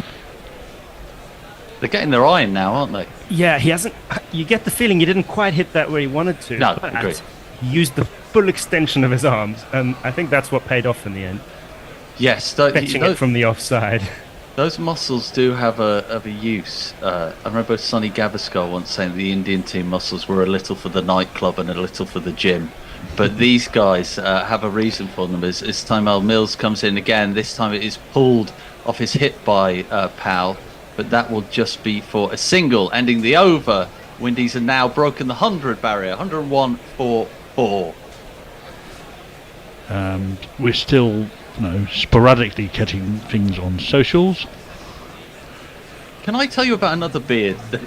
I was doing some work this week with a guy with a beard who's maybe had a Josie Oak kind of like style beard, but a man with the most magnificent dishevelled Victorian beard I have ever seen. It had depth, it had breadth, it also had, those kind of moustaches where they have a life of their own and they seem to be growing and just been sellotaped on top of the beard. Yeah. Oh my goodness, I couldn't genuinely concentrate on the meeting I was on. I was just looking at his beard the whole way through. We have had an update from Stephen Kelk. He says, the vicar called me away for some reason. I returned to find my last comment is still the last comment. Do I get bonus points? You do. We need you, Stephen. That is the conclusion about it. There are very few people who are genuinely needed in life, but your conclusion can be that you are one of them. As unsurprisingly, Adil comes back into the attack here. And I'd like to set this up as a big over because they are 3 runs away from a 50 partnership, which would be a recovery and a foundation after 15. This is Rashid's last over. So I say it's a big one. I totally agree with you. As Rashid comes in and Powell says, yeah, bloody well is a big over. I'm going to swipe that for a 6 and completely misses it. But yes, no, I think it's crucial. I mean, Rashid has been England's best T20 bowler for a number of years now, hasn't he? And these two guys are starting to get their eye. It's all cheeky smiles from Powell here, which is good to see. He knows that was a bit of an arse swipe. As Adil comes in, once again, it's more towards the leg side, and Powell can just dink this out, but he's only going to get a single there. He thinks about the second, but of course it wasn't on. Everyone always thinks about the second, don't Probably they? didn't really want to get back and face the rest of Rashid. No, exactly. Would you? It's exactly. It's like when my wife says, "Hey, we're going around to my mum's." I always say, "Do you need me to go?" Really? Kind of Do I have to? Yeah, exactly. A loaded Are question. you sure you need me? Yeah, exactly. I mean, I can do. But if you don't need, you need. Never push for the extra. Yeah, exactly. They got enough. It's a test match. It's a long game we're playing here. Yeah, if you've turned, it's enough. It shows intent. As King faces up, it's rather wide this, but I think he's just got away with it. Amongst to King's displeasure. The last time that happened to King, he looked rather amused by it. This time, King has backed away to leg and then tried to hit it. Oh, he has. To be fair, and it does actually, it's just spun a lot, hasn't it? To be fair, as the deal comes in again, this time it zeroes in more on the legs, and that can be steered away onto the leg side. But again, for a single, he's varied his line quite a lot. Adil, do you think that's deliberate or what we might politely call natural variation? I think some of it is planned and some of it is just not him maybe being in complete control of his game. I think it's more planned than not. Yeah, it's absolutely working, whether intentional or not. We're 1 run off the 50 partnership, as Richard was saying there, and that 1 run is going to come now as Powell guides it out. So a lovely recovery. Yeah, Powell's holding a nice anchor hand. 50 partnerships? No, we don't. We're not. No. Good recovery there, Richard. Like you were saying, these two boys have done well. Yeah, from 54 for 4, I was wondering, will I be seeing this thing through to the 20th over? Yes. Chances are looking good now. It's great. Now King says, I can be a test match player, not just in my running, and pats it down for no run. It's the end of the 15th over. We're due a change now. I am vacating. Tony is hovering, waiting to come back in, and I'm not I'm sure remaining. Yes, I'm remaining in a different role. In a different capacity. Different I'll be flipping to the ball by ball. Yeah, speaking of King being a test match player, of course there is the eagerly anticipated, not, West Indies tour to Australia, where they shall take another pasting. But I suppose theoretically, if he hasn't retired from Test cricket, as there was a long list of players in the Caribbean who've done, there are places up for grabs in that squad. Yeah. And another thing, yeah. No, I was going to say whether people want to take up those places is another question. You're on to hiding to nothing, aren't you? It's this time of year, you know. I grew up with tuning in December for Test matches in the middle of the night in Australia, and I've always loved it. And it just makes me so sad that now, unless India are there, you just know it's a steamroller. But I wake up with hope every time on the first day of the series, like I did this morning. And then you see 200 for 2, Warner's made 100, and it's like, how many times have I read this book? It could have been worse. We've seen worse for Pakistan, but you generally find the best the first day of the series. It tends to go downhill from there for two sides. I agree with you, because I think also with Pakistan, because they have got so many good bowlers, when you hear that they're bowling, you can convince yourself this could turn out rather different. And then you just look at the score. I didn't. Oh well. Yeah, exactly. But then there's the hope tomorrow that they can bat as well as Australia. And by this time tomorrow evening, we will probably have given up all hope. We found out the answer to that question for the 17th year in succession. But I am ball by ball, so I better tell you about Sam Curran running in and bowling to Powell, who's taken a swipe at that, got a bottom edge, missed the stumps, missed the keeper, and there's 4 runs down to fine leg.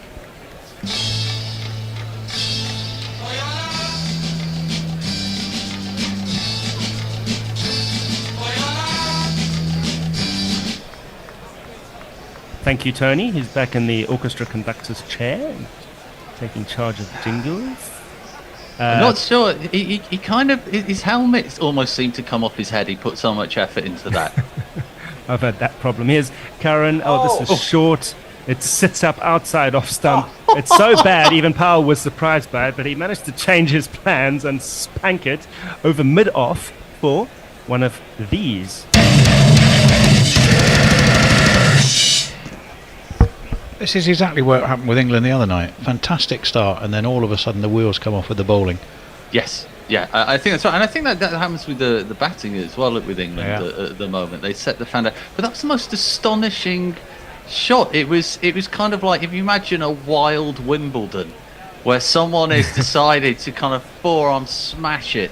I mean, just the power in that was just astonishing. All that was missing was the Monica Seles. Yes, grunt there. Yeah, 100%. Congratulations as well for picking out the man on stilts in the stand. There's some fancy dress that we'd be talking about a lot if this was a test match. But I haven't yet seen a man on stilts at a cricket match, so well done to him.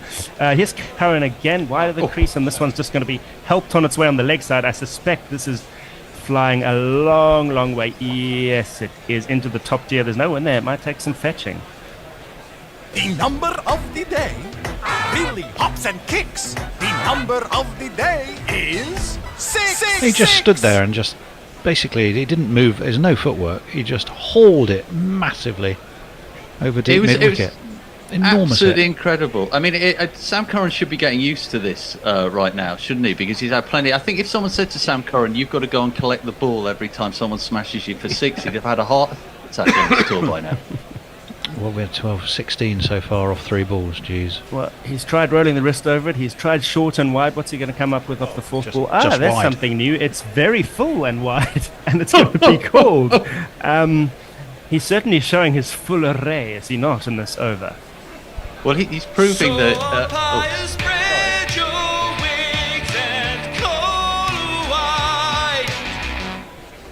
Well, he's proving very well there that there is one way that you can get someone not to hit the ball. Yeah, and that's it, to put it nowhere near them. That one hung out there so long, obviously set to be a wide. It's one of those where the batsman's going to think, and I'll get a free run, but have a crack anyway. Here's another big 6 over mid-off. 1, 2, 3, 4, 5, 5, 6. This is an astonishing over. 23 from it so far, and just as a display of big hitting. This time he was kind to the ground and hit it where there were people, so as not to highlight all the empty seats. But just another massive, muscular dig there. It can't be far away from the man on stilts. That's quite close to where the one earlier in the over went up. It was a completely different shot. might add. Blimey. Cross-batted one over 6s or mid-off head. 18, 21 so far, am I right? 18, 23. 23. 23. It's Richard, 23 yeah, from Richard this already said over it. so far. I Well, tell you if what, you anyone ought to come and have a word, it's probably Adil Rashid, who only went for 11 off his 4. yeah, that's not how you do it, Sam. Try some leg spin. Well, I've got to say, if you've got 5 spin options in the side, and the runs have all come off the seamers, Spot wouldn't on. you try the other spinners? Absolutely right. So this one again is tonked over the bowler's head and straight over mid-off to complete. No, there's one to come, I think. But I to wonder bring what's up going to happen to 50 that. for Powell. 50 from 27.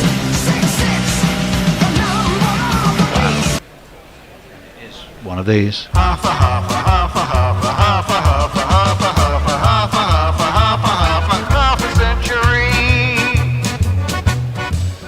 Well, with one ball still to go, it's safe to say this is the first real monster over of the innings. This is 29 now. It reminds me like... Previously, the biggest over was 17 in the 13th over.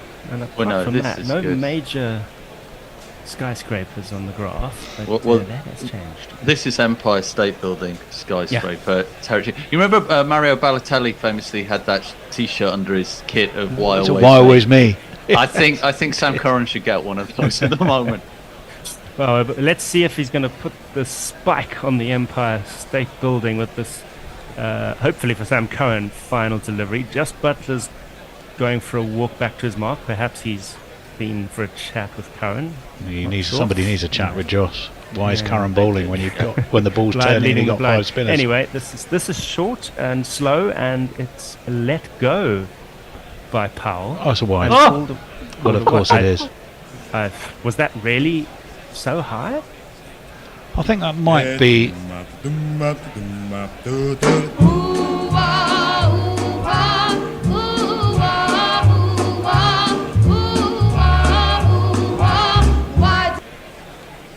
It was indeed head height for the standing batsman. Good call by Jacqueline.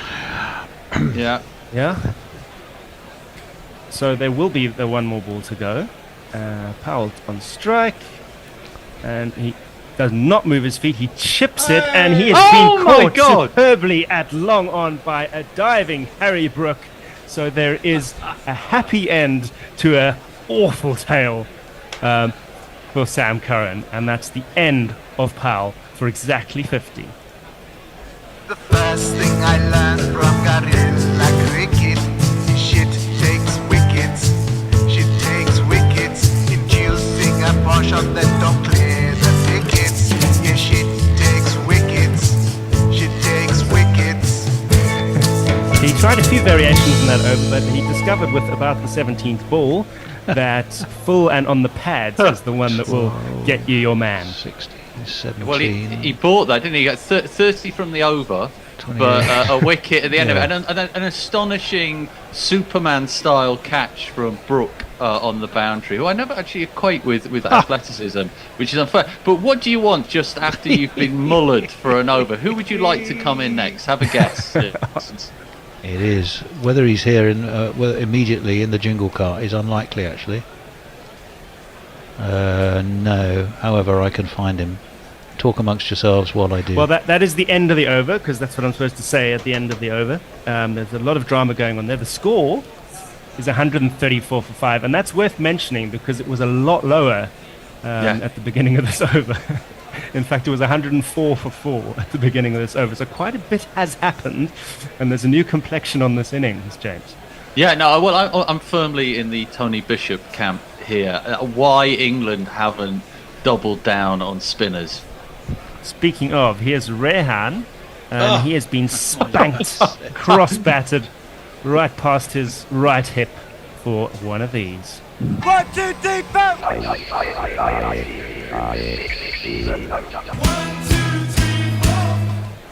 It's not the new batsman, it is King, because of course, as I mentioned, that was the end of the over where the wicket fell. So King moves on to 59 of 40, and Rehan is trotting through, and trotting down the wicket comes King, and he launches it over the covers for one of these. And then, James, you can get your comment in.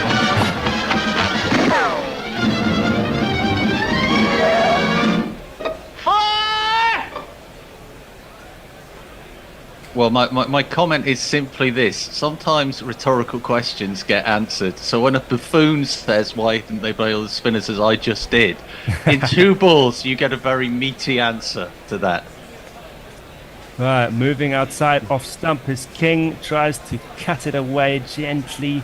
Misses it. Well, you could also argue, by the way, that the 2 balls went at 4 less than 2 balls from Curran would have gone for. There we go. The economist speaks.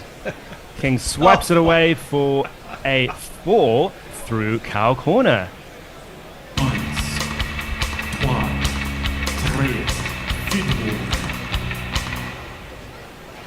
I've got another excuse for us as well, which is King firmly has his eye in now, and maybe those spinners should have come a little earlier in the day, or a couple of overs previously, but boy is that a rugby excuse.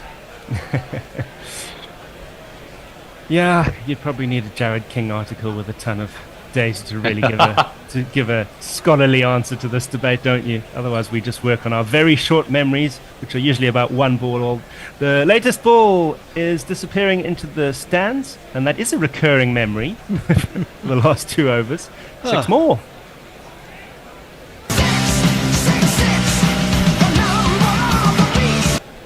Can I sue Guerrilla Cricket for getting RSI in my jingling arm?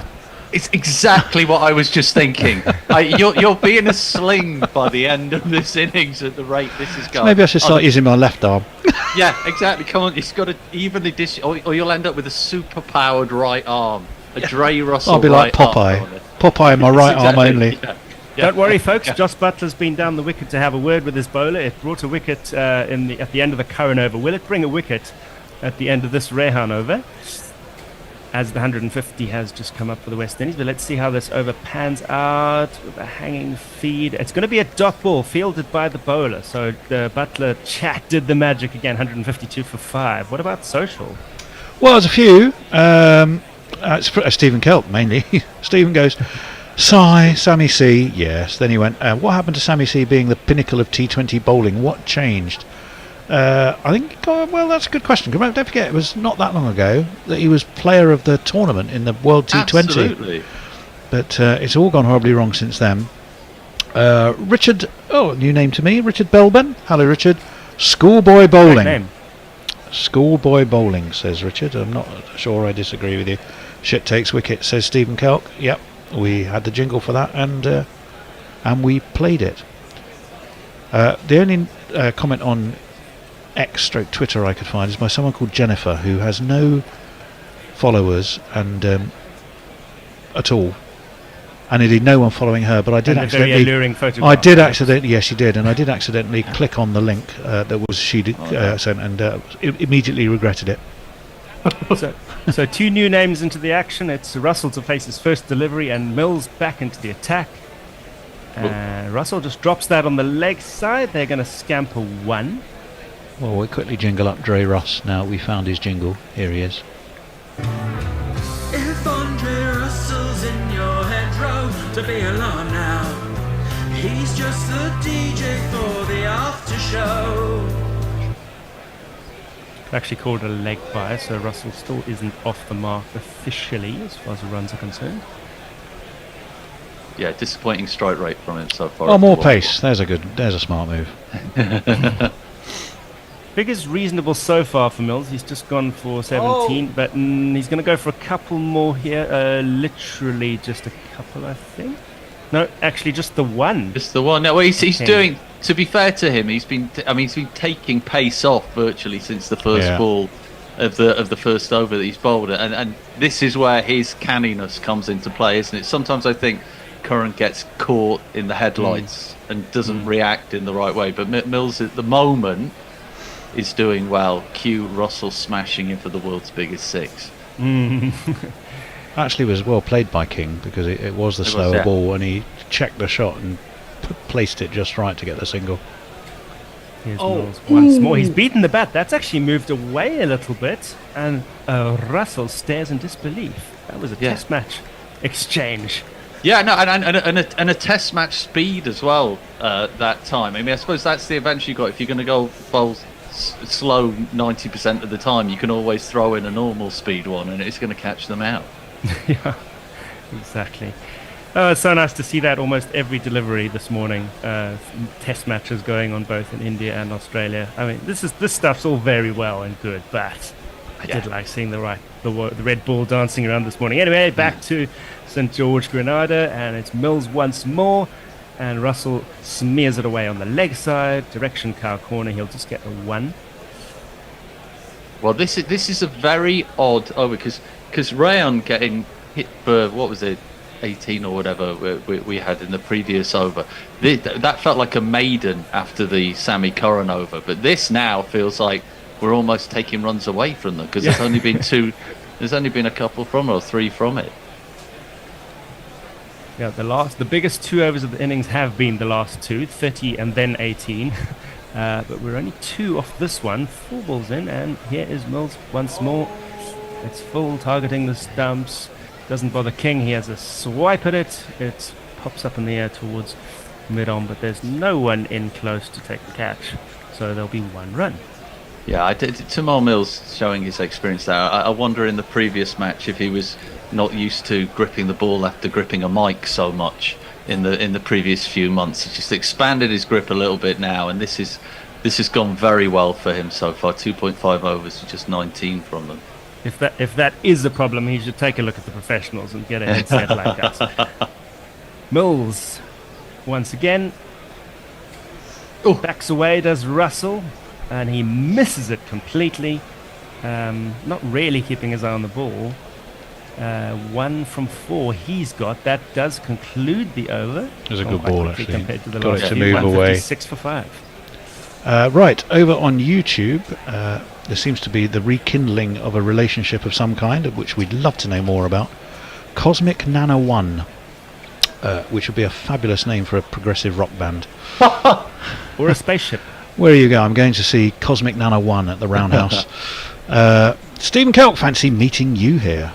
After ECN, I watched some South Africa versus India. Now it's England's turn. Small world, Cosmic Nana, said Stephen Kelk.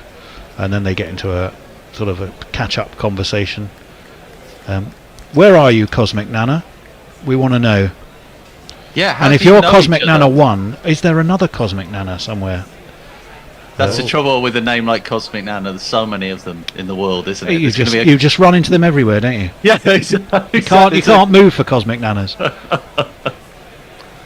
So the question of who will England turn to after a couple of bowlers took a pasting has been answered. They've turned to Chris Wokes for his final over. Joss doesn't believe in our let's give the spinners a turn approach, does he?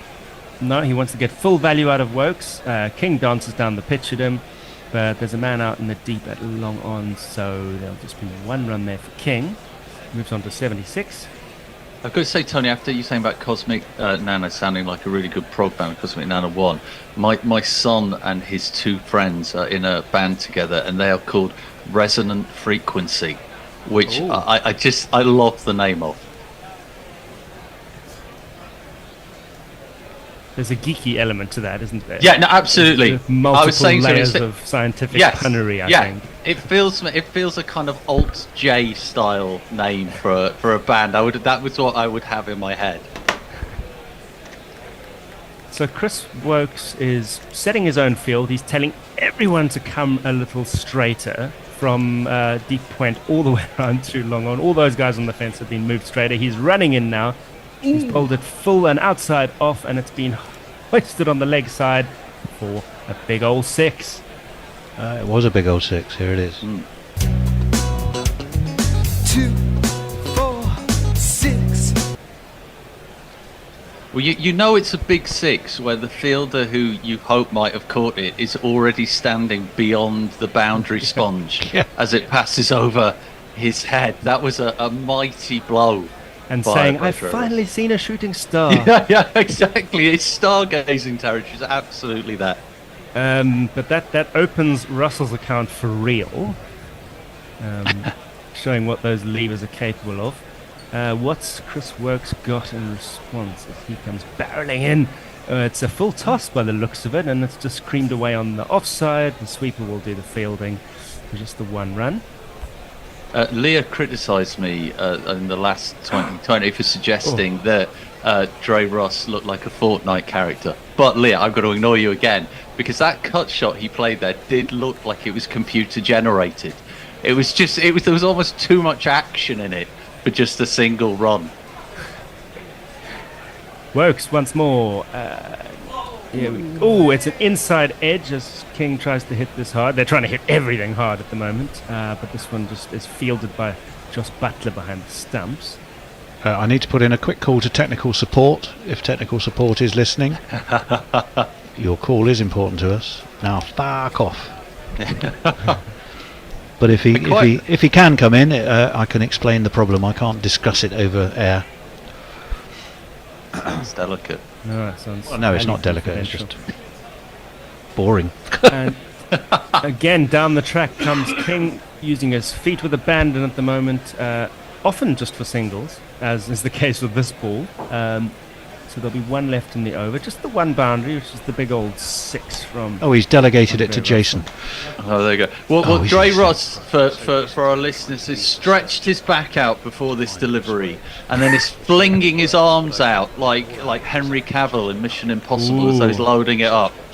Or Gary Player doing his stretches with a 5 iron under his shoulders. Oh, it's a slower, wider, fuller ball from Works, and it's just going to go down as a dot, is it not? It is. It was flirting with the wide line anyway. That finishes the over. Run rate is 8.68. Score is 165 for 5. 1 to go. Apparently, the technical support department literally is asleep. Hence the assistant technical support was dispatched using his initiative. Right, here we go. Some information on Cosmic Nana. Oh, yeah. Steve McVeigh. Hi, Stephen and Cosmic Nana. Okay, fine.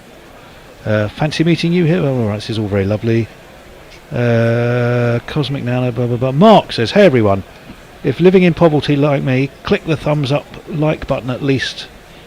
59 in chat and only 2 likes showing my end.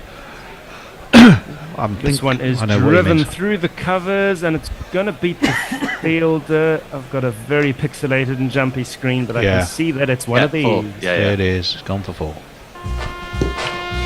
There's not one boy for me. I must have 2 or 3. I need 4. Yeah, proper offside Caribbean shot there.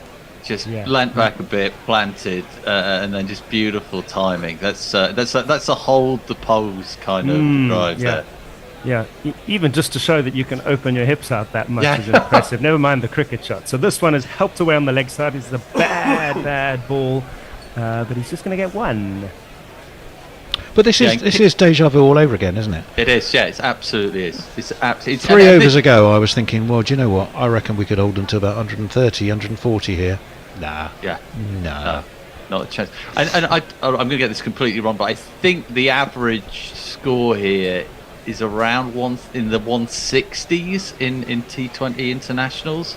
So we're all in the good at the moment if you're looking at it from a West Indies point of view. It's not a long history. There's only been about, I'll tell you exactly in a minute. 5 or 6 matches, maybe. This one beats the bat as Russell has a swing at it. Not the first one he's missed. Might be the last because there's only 3 balls left in the innings. A valuable dot ball for England. Whatever the score ends up at, it's going to be quite similar to the first. Was it not 170? They got something. 172. The previous West Indies. 173 is the apex in T20Is, but it's only a body of 6. Okay. Oh, okay. Which is what you said. So we're sort of on the average. Then par every way you look. But Dre Ross is surely targeting a couple of lusty blows here before the innings ends. Perhaps it'll be a forward defence. Oh! Well, he's come up with... Well, that would have been a wide, I think, but he's decided to back away to square leg, then fall over onto it, get a bat under it, and just miss it for 6 over the covers. Whilst falling over. You're getting left. When he backed away onto the leg side, then he realised it was on the offside, so he stretched out for it, and not only did he hit a 6, he did a tumble turn as he was crossing the boundary rope. Actually did fall over. I think we didn't quite see the end of the shot, but certainly came close to it, if nothing else. The Mark Wood of batting. Tremendous. Mills once more. 2 balls to go. Oh! Russell's been bowled. Last laugh for the bowler, if you want to call it that.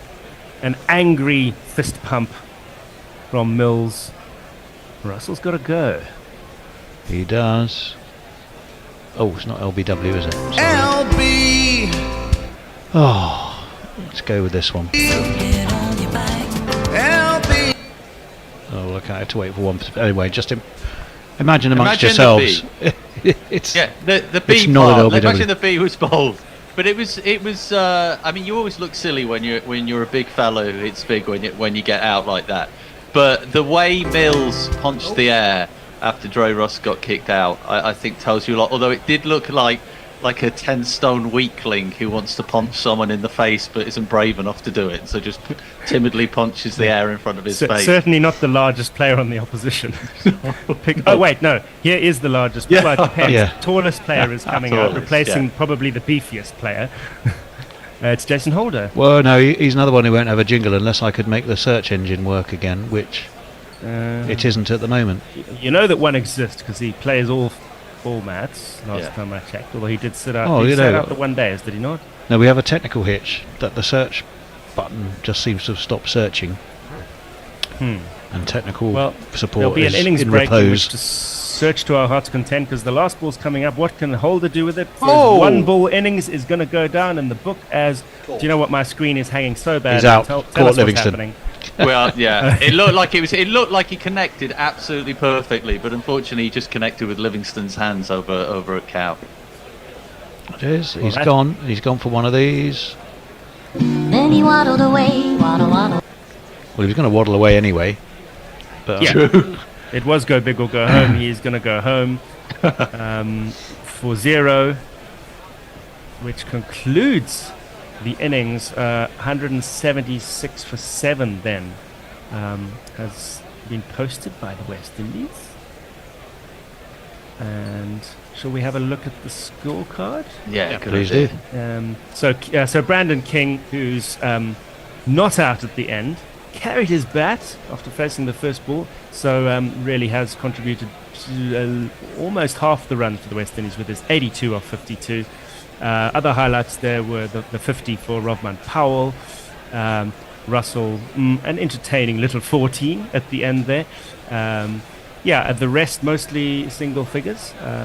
There was an important partnership of about 80 odd in my head, from being 4 for 54 the West Indies. Yeah, it was 80, yeah. 134 before Powell got out. So that was the Powell King partnership that really set up the chance for them to have a go at the back end when things had been looking shaky, and have a go they did, particularly those two big overs. I think they were 16 and 17 or 17 and 30. 18. One went for 30. Yeah, that was yeah. the Sam Curran That one. was Sam Curran losing all control. So, Yeah. So he's speaking gone at of, 19 and over. There you go. Let's start with him as the bowling highlight. 2 overs, 1 for 38. Sam Curran. But the real bowling highlight, of course, for England will be Adil Rashid. 2 for 11 off his 4. Also, actually worthy of mention, to be fair. 2 for 30 off for Tamal Mills, who bowled almost every ball out the back of the hand. Yeah. Moeen Ali, we didn't actually see again after bowling up front. Wicketless for 15 off 2. Chris Wokes finishes 1 for 34 off his 4, and who haven't I mentioned? Mixed bag from Rehan Ahmed, 1 for 47 off his 4. So the target will be 177 for England when they come out to bat in a bit.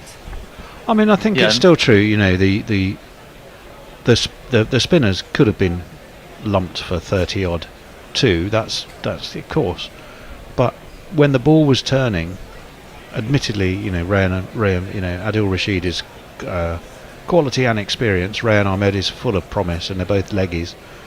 But why, when you had more Ali to spare, you had some jacks to spare, and you didn't even try Livingston, who can also bowl leg breaks as well as, you know, off breaks?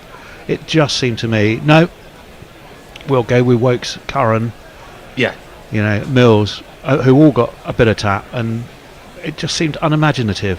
Yeah. Hate to I put a agree downer with you. on Joss, but it seemed unimaginative. No, I think you're right. I mean, I think that would be a completely valid criticism of him, that he doesn't feel like he reacts to the game situation very much, so he doesn't spot what you're talking about. He doesn't say, "Oh, hold on, we should."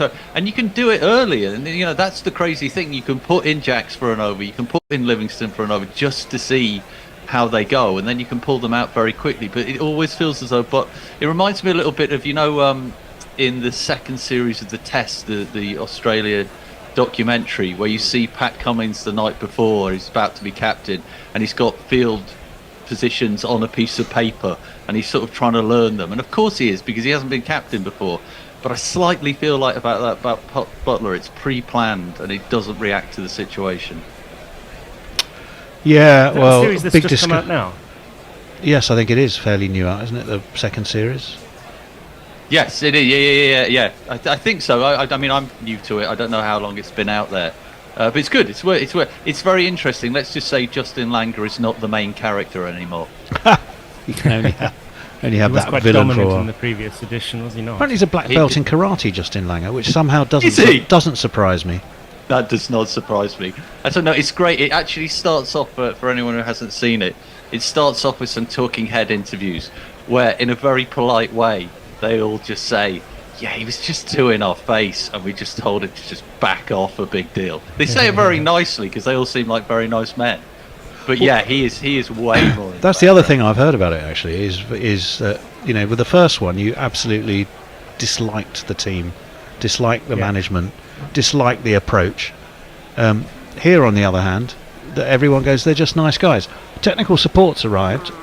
Hello, technical support. And announced himself in a unique and interesting way, which might involve me having to leave the room.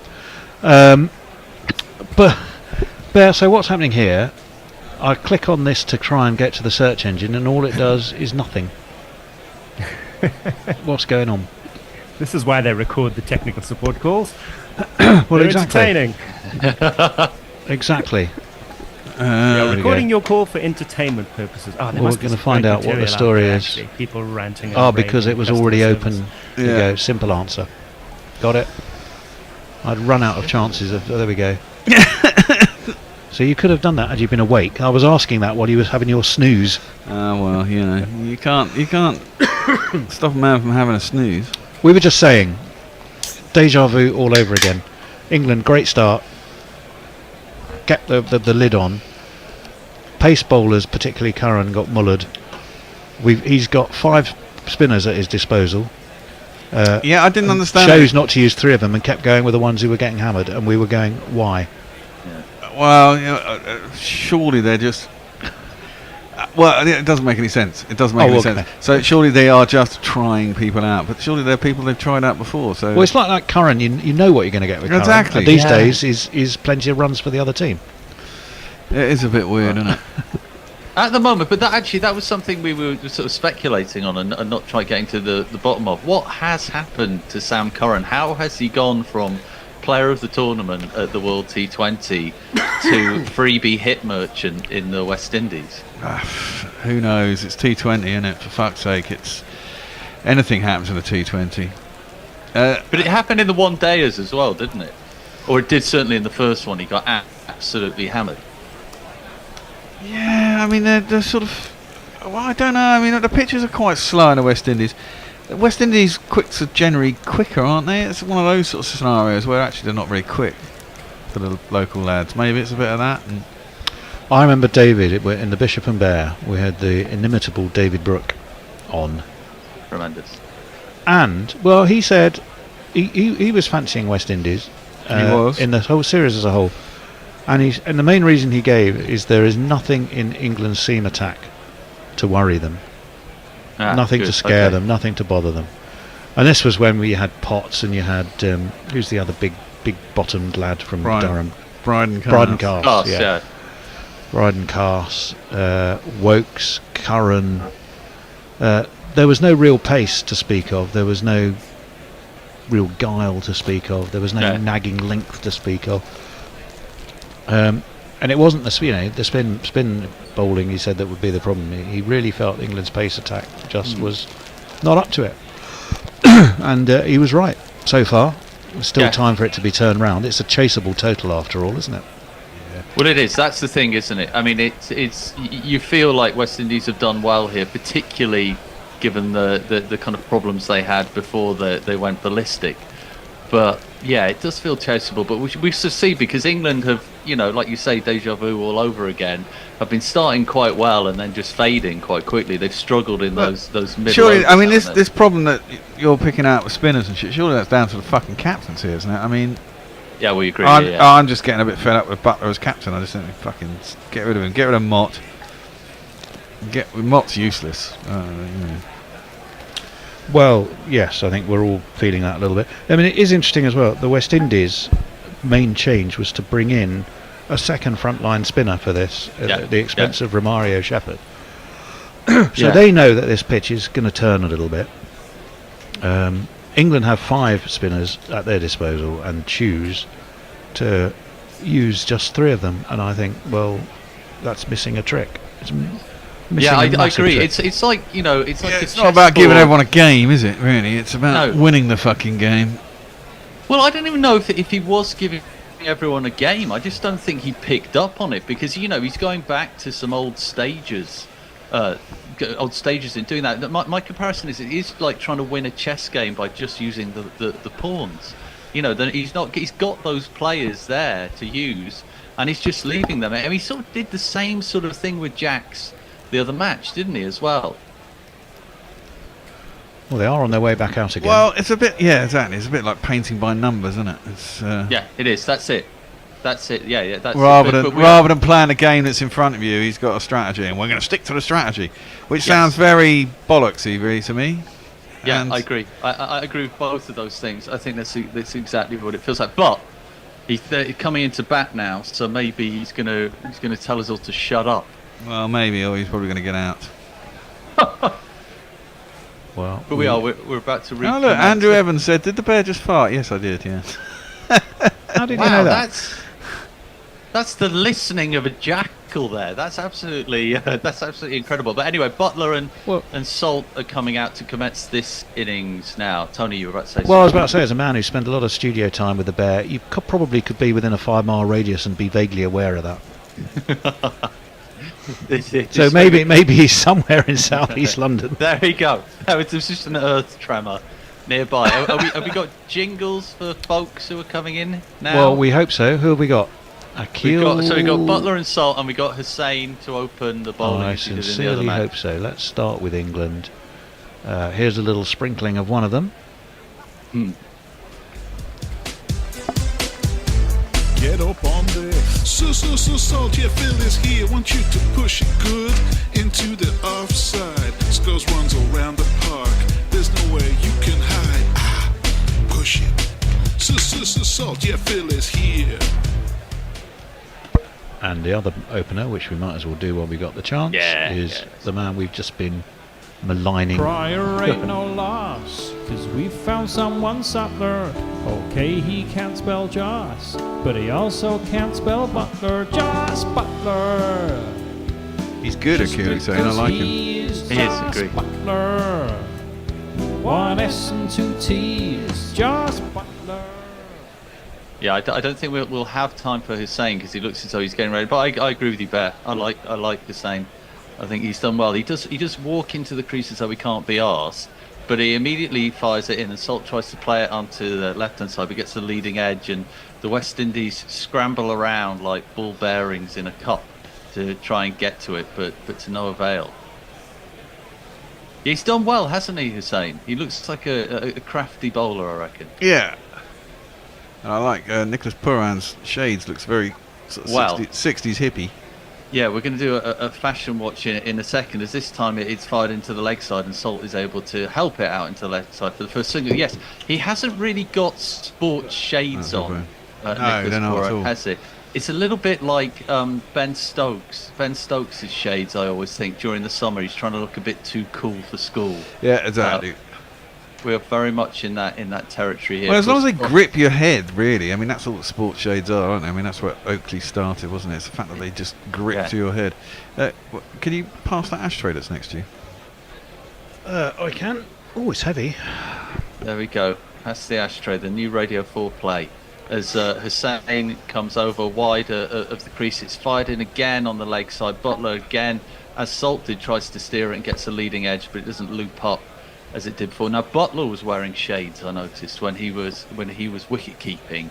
They kind of hid his distressed eaglet eyes, but now he is without them as he squats down, as he always does.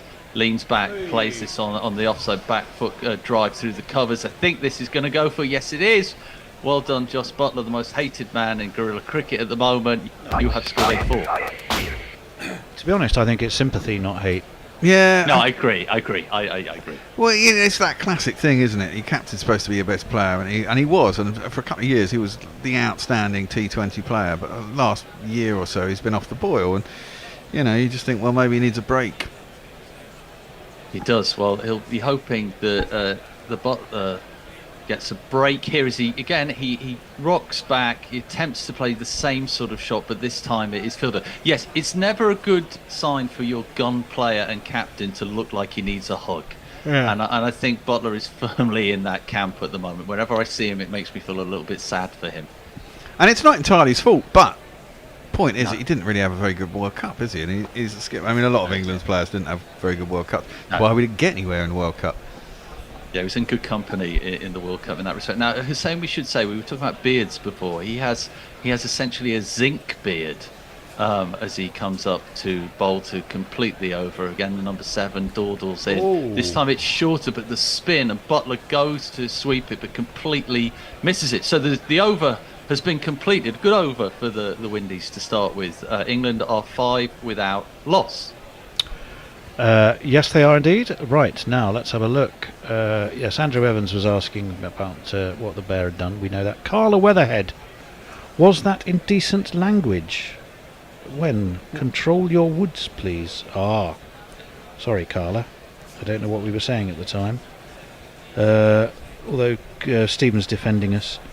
Leah says, Guerrilla Cricket, should we tell Motts that no plan survives contact with the enemy? Yes. And Andrew Evans, for some reason, says West Wales. I don't know why. We're just naming parts of Wales, are we? I thought that was Jason Holder. That take you forever to get to at 20 miles an hour. Well, we have got Jason Holder, not from West Wales, but him coming into the attack now. Do I have to find him? Yeah, you will have to. He wasn't playing any of the squads, was he? The great search. We looked for the Holy Grail in previous generations. Now we look for we've already got one. Here we go. Jason Holder comes in, patted away on the leg side by Salt. Have we discovered? Yeah, we found him. Jingle. There we go. Lots of different versions. Don't know which one. I'm going to just randomly go for this one. Yeah. He's Jason Holder, ready or not. He's gonna take a wicket if you like it or not, and then make runs because he's the top all-rounder. He's Jason Holder. As he comes in again, as we discussed the other day, tall of body, small of head. He comes in and Butler can just steer that out onto the offside for a single. Holder, I always think, is like the head boy of West Indies. He is a little bit, isn't he? That's because he was made captain so young, though, wasn't he? They tried to make him like the Graham Smith of the West Indies, didn't they?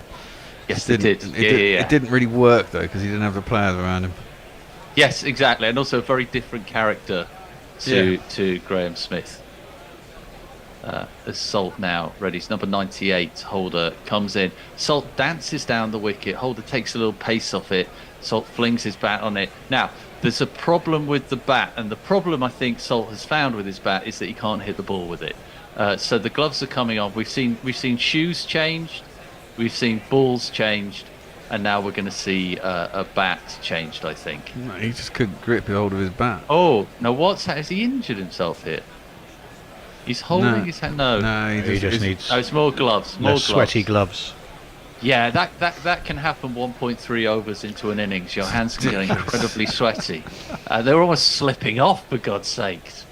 You should try some salt. You might get better grip.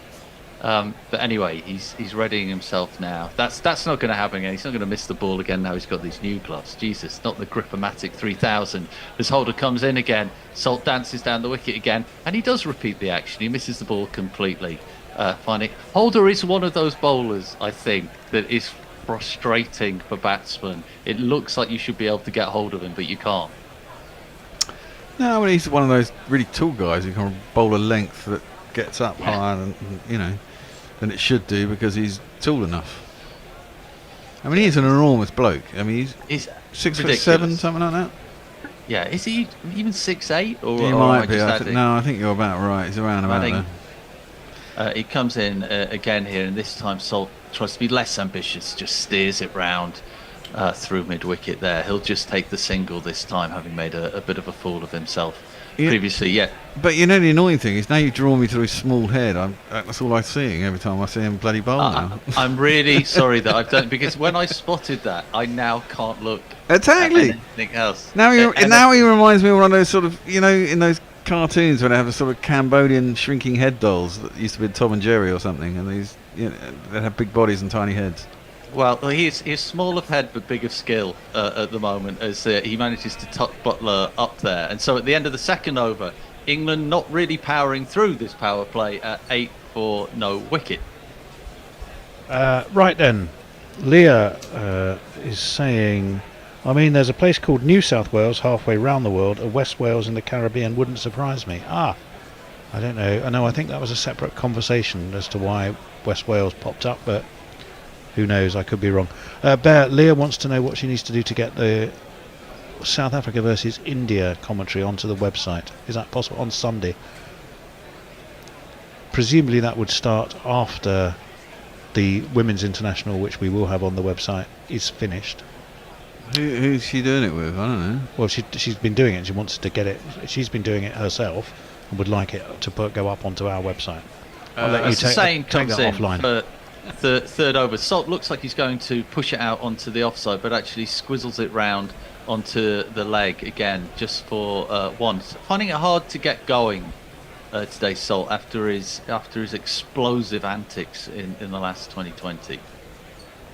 Buttler again looking to. I said this before, but he really does remind me of a distressed eaglet at the moment, looking out for his mother bird, who's deserted him, much like his form. As Hussein tweaks a little the fielder. We're putting in a slip here at the moment. Is she just doing it to Leo? Are you just doing it to YouTube, or are you actually doing an internet radio station? Because if you're not doing an internet radio station, you can't get it onto the website. If you're just doing YouTube, you can't get it onto the website. Technical advice points you in the right direction as Hussein comes in. This time Buttler dances down the wicket. He's gone. And he has gone. He is caught. He is in no form at all, and he has proved that once again. Hussein has got him. Buttler's out caught for 5 from 7. You silly little boy, what on earth were you playing at? Oh! It turned. It did appreciably, turn, didn't it?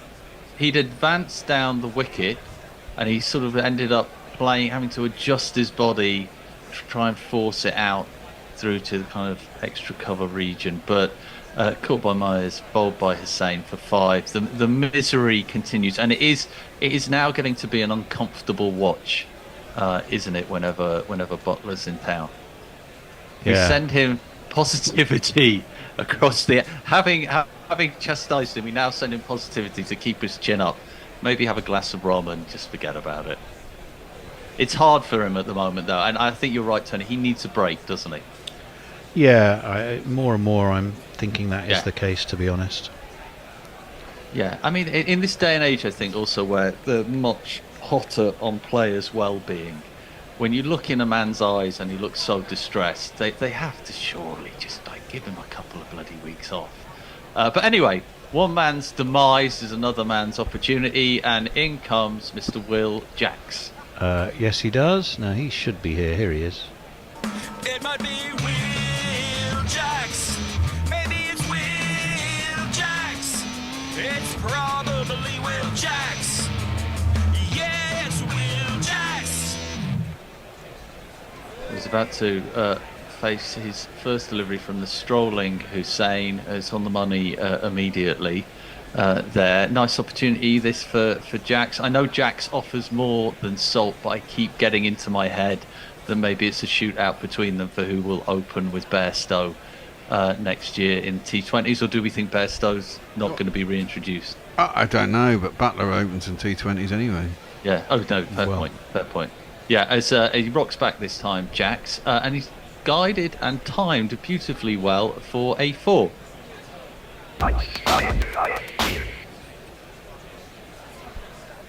Yep, short, wide, and easy to. Well, beautifully played actually. It really was. Yeah, it was a classy shot that from Jax, and it turned away from him, but he was able to get a nice hand-eye coordination for him. Hussein doesn't look very impressed by it, but I think he rarely does look very impressed. He has got a slightly dozy look on his face the whole time, as though he's rather confused as what's going on. Maybe he's hiding those eyes behind those glasses, but the quality that he gives suggests the opposite. He goes very wide of the crease again. This time Jax attempts to sweep around. He puts everything he's got into it, but again it just goes for a single. Salt on strike now. Little dip there. We're seeing a replay. Yeah, Butler's problems against Hussein, of which there were many. He said Hussein is a quality find here for the West Indies. It does feel as though their team is sort of coming together a little bit here. They've got some momentum, maybe heading in the right direction for once. Wide of the crease again. Salt steals that down the ground just for a cheeky single. But again, we're just dealing in singles all the time here. And at the end of the third over, England are plodding towards 15 for 1. Well, you say he's a quality find. I mean, he's no youngster. He's 30 years old.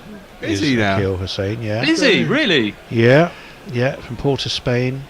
He's played for Trinidad and Tobago, as obviously Trinidad and Tobago Knight Riders, Barbados Tridents, Leeward Islands, New York Strikers, MI Emirates, whatever they're called. And he's certainly been used primarily in white ball. He played one game for the IPL for Sunrisers of Hyderabad, but he did get hammered. He got 1 for 40 in his one game, but that one was Mitchell Marsh.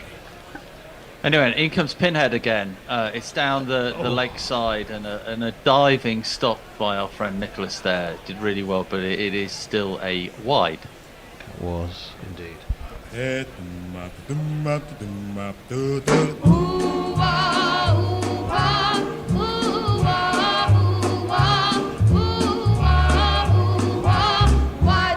And he's played 40 T20Is now, averages 22 with the bat and 32 wickets at 29.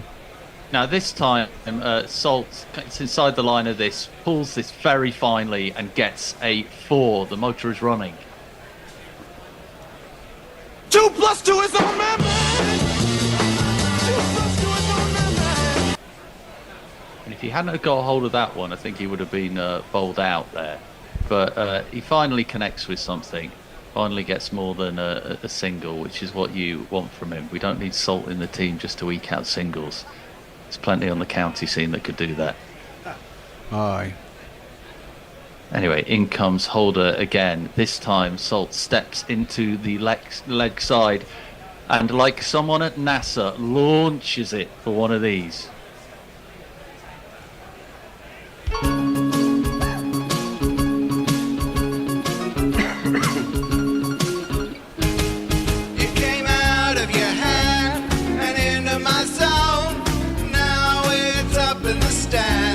It's a 6.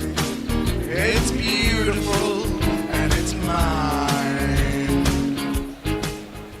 Well, Holder gets back the ball and is straight back into it. He did not like that at all. It's down the leg side though. It's another wide. Thank you, Jacqueline. 12 off 2 balls. It's finally a decent over. Yeah, we needed this. Well, the run rate required is 9.32, and we're going at 7, nearer to 8 now. So it's starting to accelerate. Much needed acceleration there. As in fact, Holder accelerates towards the crease, and this time Salt is dancing away to the leg side to play it onto the offside, but to no avail there. Yeah, just to contextualise this, the last time out in the power play for the previous match, England got to 77 thanks to some Phil Salt explosive specials, Makes it sound as though he's got some sort of diarrhea there. But this time it's a slower gearing up. But the gearing up is beginning to happen as Holder comes in again. Salt squats down and then pulls it onto the leg side, but he's only going to get a single from that. England now 28 for 1. Slow going, but picking up a little bit. Are you guys Salt fans? Are you in the Salt? I'm a bit ambivalent about him. He's all right, but Yeah. he doesn't pull up trees, does he? I mean, you can see the potential. Well, he learnt his cricket. He grew up in the Caribbean, didn't he? Yeah, Yes, that's right, he did, yeah. Yes, the potential is there. The frustration is he just tends to make those 20s and 30s and not go on and post the big ones. Well, here's his rival and his teammate Jax, who drives that and manages to steal a single. Would he have been in trouble if Yes. that? Yes, he would. I reckon so. I think he would. There was unnecessary scampering there, like an overactive mouse. Yeah, And he'd I been thought, well yeah, out. he would have been gone. That was a peculiar single. Oh God, he would have been well out. I mean, he was barely in the frame. Did you happen to see the run out in the women's test against India this morning? No, what happened? Absolutely Sorry. extraordinary. I'll tell you at the end of the over. Holder comes in, it's more Yorker length, but it's on the leg side, and Salt is apt to slap that out. It is the end of the over now, finally, after all those wides. 4 overs gone, 30 for 1. Tony, tell us about the run out. Well, I was just going to look at who it was, but essentially the India versus England women, here we go. She comfortably completed the run, stood by the crease and just leant her bat down. And she'd left it just short and hadn't realised she had. The throw came in, stumps went back, and she was out. But she'd been stood there for quite a bit of time. She'd never actually put her bat in. Never actually got her bat in. Oh, Christ. Oh my God! I bet she was popular when she got back to the changing Well, room. as it was, they did very well. India, they put on a Didn't they? record winning Very score. well. Yeah, absolutely, very well. Again, But it was England from a position of strength again. It seems to be an English trend at the moment. Yes, we just can't. We can't maintain it. We don't have the stamina to get through matches. But Hussain, to continue here, raised eyebrows, dozy look in position, Salt squatting down, ready for him, steps back, slaps it out into the offside. But a lot of effort for no run there. It was Harmpreet Kaur, and it was Danny Wyatt who threw in the throw. But it's quite remarkable. She was oblivious that she hadn't done it. Hussain in again. This time Salt is pulling it round, kneels down to pull it out again. A lot of effort, just one run. He does put everything into every shot, doesn't he, Salt? Yeah, and he does too. Yeah, I think if we did some sort of correlation between effort and effect, it might be on the wrong side at the moment. Crick Info, I think, is being overly kind on her because it says that Harmpreet Kaur looks like she got her bat stuck trying to slide it. She didn't. It was there for ages. She just stood there. As Jax backs away and slaps that for a 4. Giuliani had his reasons for selecting his landscape seasons. There were 4. I keep thinking that Jax and Salt are rivals for a position. Am I being unfair there, reading it wrong? You could well be right. Hussain comes in again. Now Jax really backs away that time. He's almost sat in one of the seats in the stand and misses it completely. I think the term is got away with one there. He followed him, Hussain. He knew what he was doing. He lost control there completely, Jax. Hussain trundles up again. This time it's chipped, not entirely convincingly, by Jax over Hussain's head for a single there. It looks like batting is quite hard on this pitch at the moment. Well, yes, unless you're who was it who slapped the 30 odd runs for offside? Rodman Powell. Yeah. Rodman, was it? Powell, yeah, absolutely astonishing. It seemed to get easier to bat the longer the innings went on, didn't it? Well, It was those couple of overs, wasn't it, that really boosted them up? And I suppose we've had one over so far. As Hussain in again, Salt steers this round. but it's fielded shortly on leg.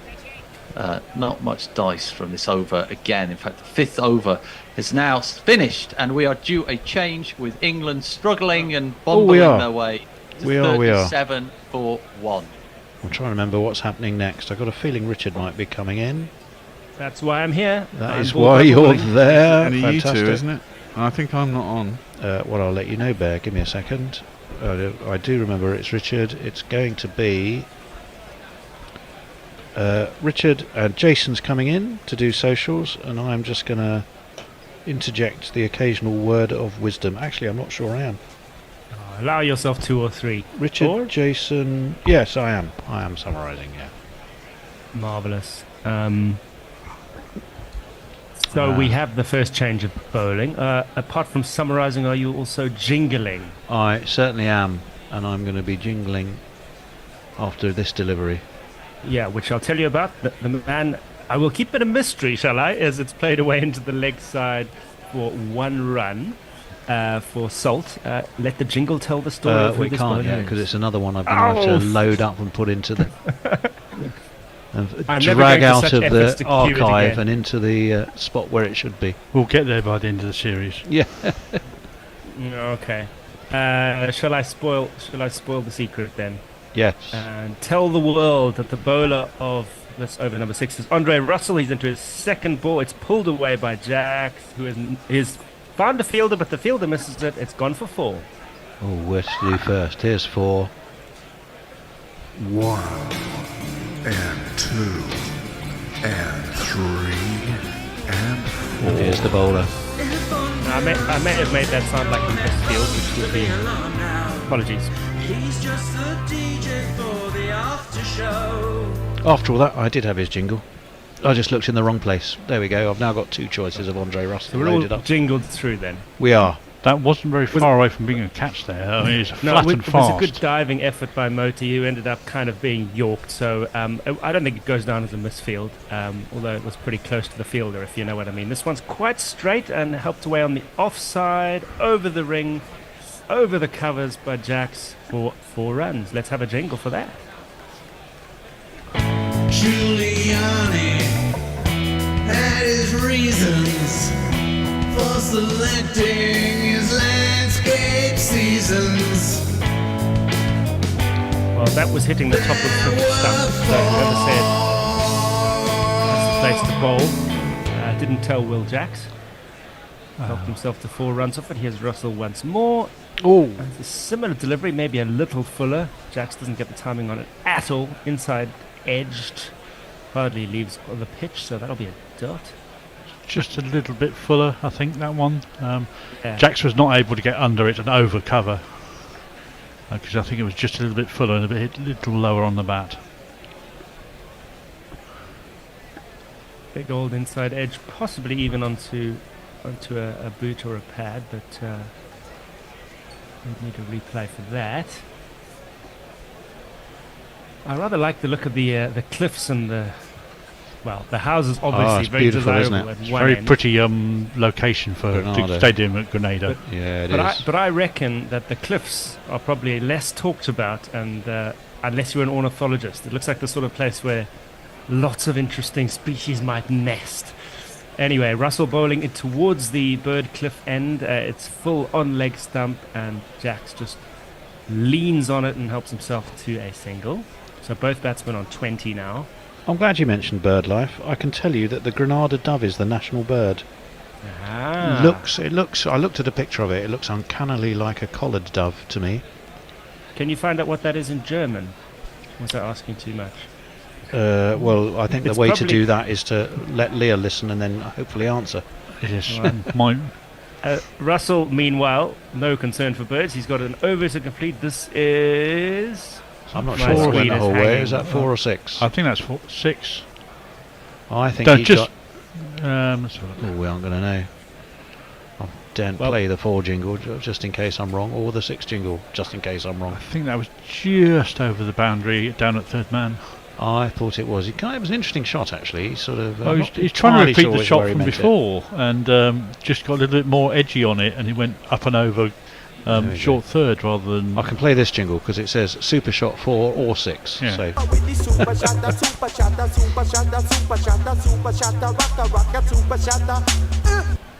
end of the power play. 51. Indeed it is. So we've got the second spinner, the additional specialist spinner for the West Indies coming into the attack. Gurakesh Moti. I think he will be in the 50 over squad if you haven't obliterated him already. No, I don't think so. Who knows where things are hiding? Is this him? Yes, it is. From Georgetown, Guyana, where he had his first nest, to his debut against Bangladesh. He ain't no kid, but his face is fresh. That island boy named Gurakesh. Go on, Richard. Jax has quietly dinked that to cover for no run. Got a 13 hole. Go, go. Go, Moti, go, go, go. Go, Moti, go, go, go. Go, Moti, go, go, go. Well, there we go.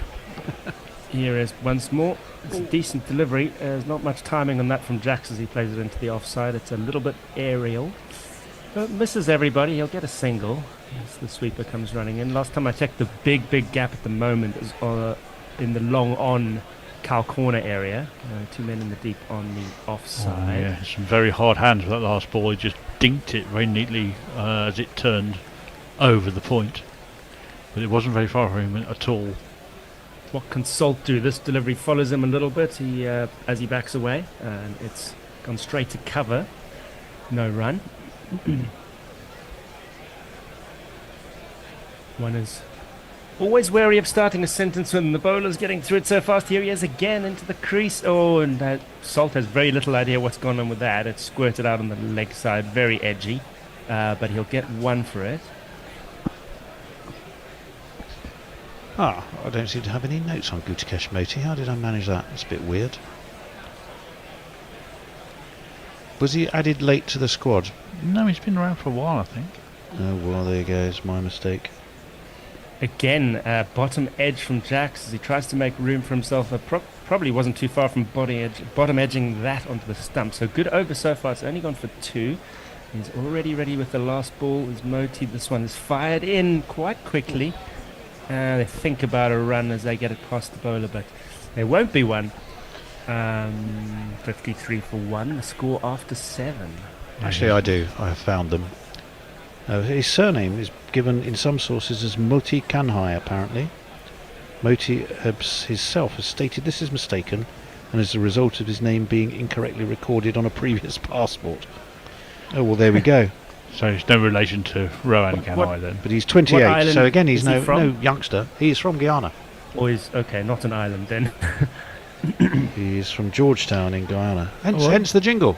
Well, it kind of depends where you go in Guyana, just how much close to water you are. Like the border is underwater, or was underwater when it was a test ground. It was, it's about 6 feet below sea level.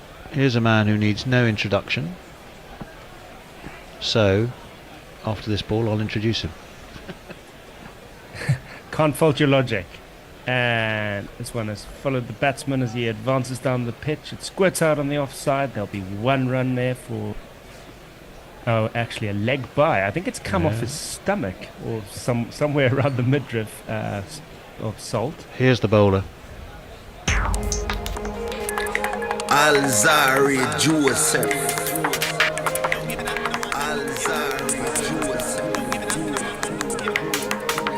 Alzari Joseph. Here is the man himself, and it's just tucked away on the leg side, well in front of square. There'll be time for 1 run for Jax.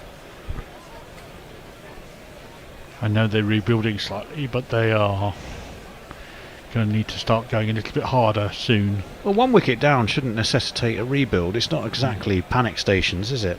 Not like you've lost 3 or 4 in quick succession. No, and the West Indies were 4 down at exactly this stage. So I think, well, I don't know about overs, but in terms of having 55 on the board, the Windies were 4 down. So England are doing all right. The pretty kamikaze approach from Salt there, coming down the wicket, trying to pull it whilst he's dancing. And again, it's nowhere near the middle of the bat. You have the uncomfortable feeling from an England perspective that massive current over is going to be the difference. Yes, at exactly. the end, I think. That 29, 30 runs hasn't been factored into their chase yet. Where England going at 7.5, the run rate's crept up to closer to 10, 9.6. Once it starts to get over 10 and stay there for a couple of overs, you start to fear the worst.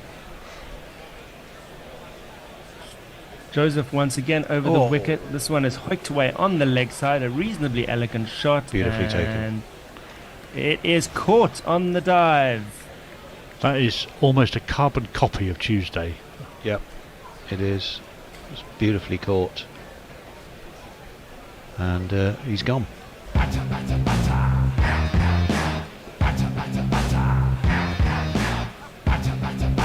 Yeah, a very good illustration of why you're not supposed to catch it from outside the off stump. Well, it was a bit too full to play that shot, and he was really cramped for space. He moved forward, so he ended up having to sort of short arm it, and consequently just never got the power to get it where it needed to be, and it was really well taken on the dive. So it would have been well short of the boundary sponge. And the fielder did particularly well. And as Jason said, very much deja vu.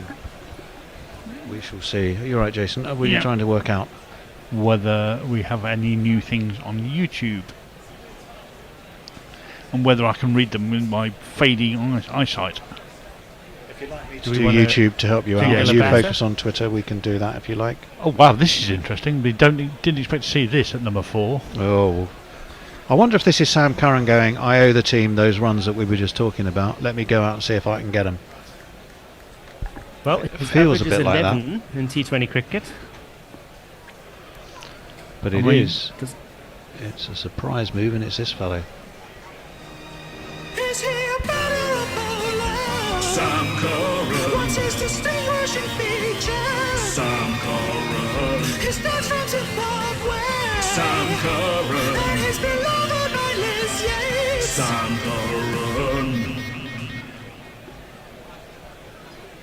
So Joseph to bowl the penultimate delivery of the over. I think that's going to be called wide. Yeah, yes, it is. It was short and down the leg side, so Curran just ducks under it. Word out for Rovman Powell, who was the man who took that catch as well. Yeah. Beautiful catch. Yeah, he is having a fine day after his 28-ball 50. We had a pretty good day on Tuesday to anchor the team home with an unbeaten partnership with Dre Russell for about 50. Yeah, in the dead of the night. I think I was snoring away by that time. Cricket ought to be banned at that hour unless it's in Australia. Here we are to finish the over from Alzari Joseph. It's just run down to third man by Sam Curran. So what do we think the logic is here for England? They brought Curran in ahead of Brooke, ahead of left and right partnership? Possibly. I'm still going more with my gut feel, which is he's put his hand mortally wounded. He's put his hand up and said, we need to get ahead of the run rate here.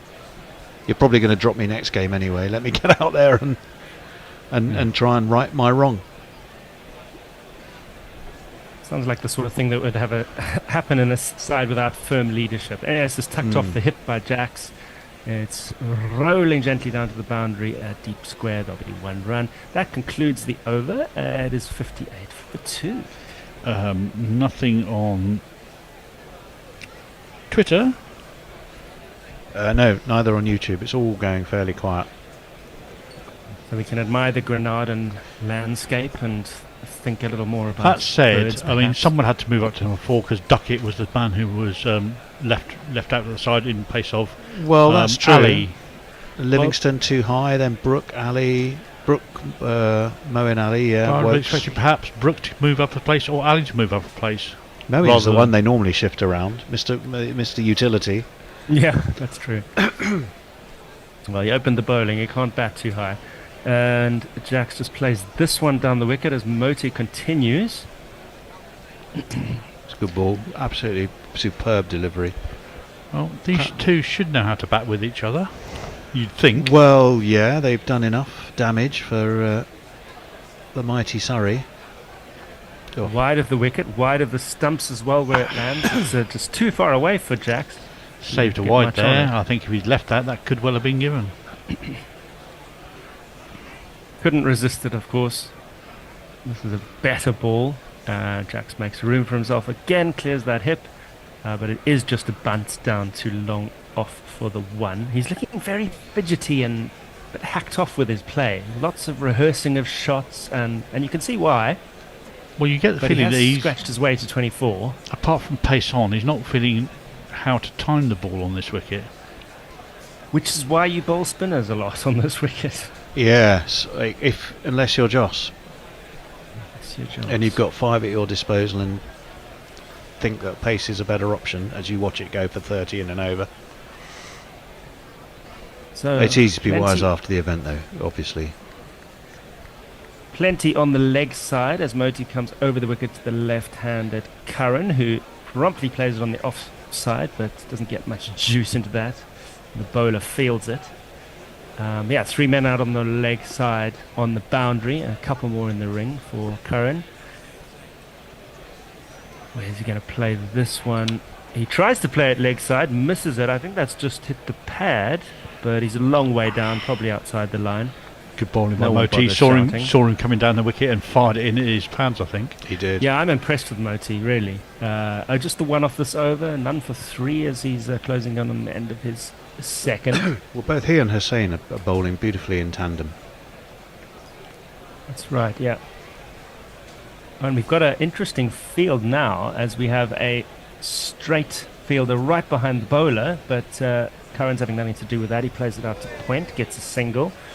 We won't be able to see how the rest of that field was looking because it's the end of the over. It's 60 for 2 after 9. Well, that run rate's close to 10.5 now, and England's are going at under 7. I'm fairly sure that West Indies will be very happy that Curran took a single off the last ball to have another few more dot balls at the beginning of this over. Yeah, it's. I'm sure he did put his hand up and go, "Let me out there, guys." There is a quite damp-looking cloud coming in through the valley, and also a part of a rainbow. If you look carefully on the right-hand side of the screen, Oh, yes, so I I can don't know see if the that's rainbow as well. indication Well of spotted. certainly some kind of. Well, we don't want a dramatic rain weather. delay. Moisture, I think is the word you want. We don't want rain delays. We just crack through it, please. That It's is supposed the to be point of dry. The T20. forecast, I mean, I know it can change dramatically in the West Indies, but the forecast was for bright and clear all day. So Joseph to continue. He is pulled away as he drops it short, and it has found the gap on the leg side for one of these. Giuliani had his reasons for selecting his landscape seasons. There were 4. Sorry, Joseph is chuntering away there. I don't know whether it's to himself or to the fielders, because I thought that was a pretty good adjustment by Sam Cohen to get the ball to the boundary. Yeah, no, I agree. don't think he's worried about the batsman's technique. That was all eye and hand coordination from Curran because he wasn't in the best of position in the end. He rescued it really well, but I don't think Joseph was too happy with his fielders one way or the other. This one is fuller, and it is cross-batted away by Curran. Quite straight. He'll just get the one for it. I'm not sure what the problem was with the fielders there. Were they being lazy, or was that just my stream hanging? On the previous ball, Yeah, the one that went for 4, and it went right between the fielders that were converging on it. I couldn't see why he would be berating the fielders. I didn't think they tried particularly hard, but I didn't think they were going to get there if they tried hard anyway. Cricketers aren't always logical in why they fly off the rails. Sometimes it just happens. This one's gone up in the air. Jax has had a pull at it. How high and how far is the question? It's all happening in slow motion, my side. You guys got a better view? It's dropped straight into the fielder's hands at long off, and it's the 3rd wicket, and it's Will Jacks. And I think they're just too canny at the moment. Too canny and too much ammunition in all departments, and it's quite frustrating to watch. From an England perspective, you've got to admire the way the West Indies have played, though. Playing to their strengths. There we go. The crowd says out because he's out.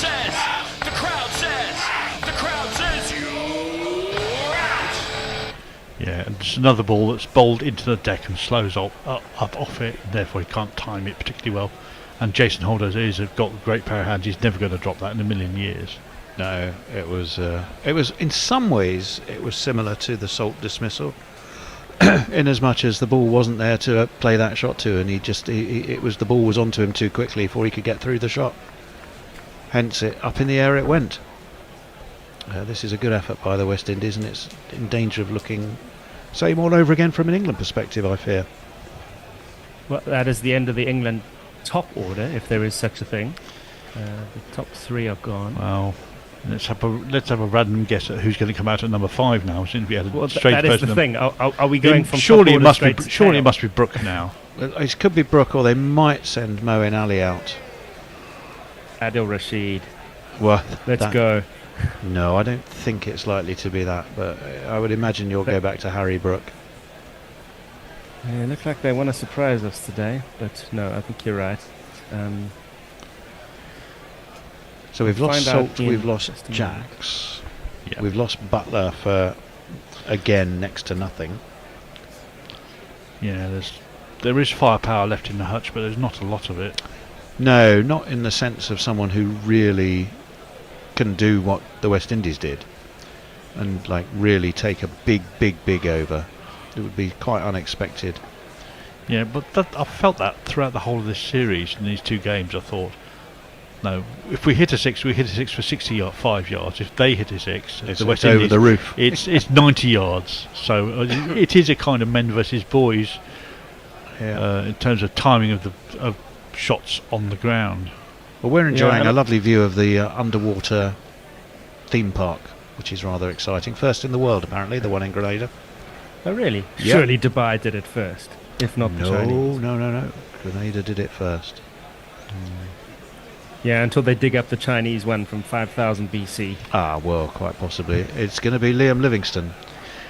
Yep, the one we did mention. Yeah, the one, oddly enough, anyway, here he is. I am Liam Livingstone, I play for the Lightning. My one-day kit is blue, but for the tests it's white.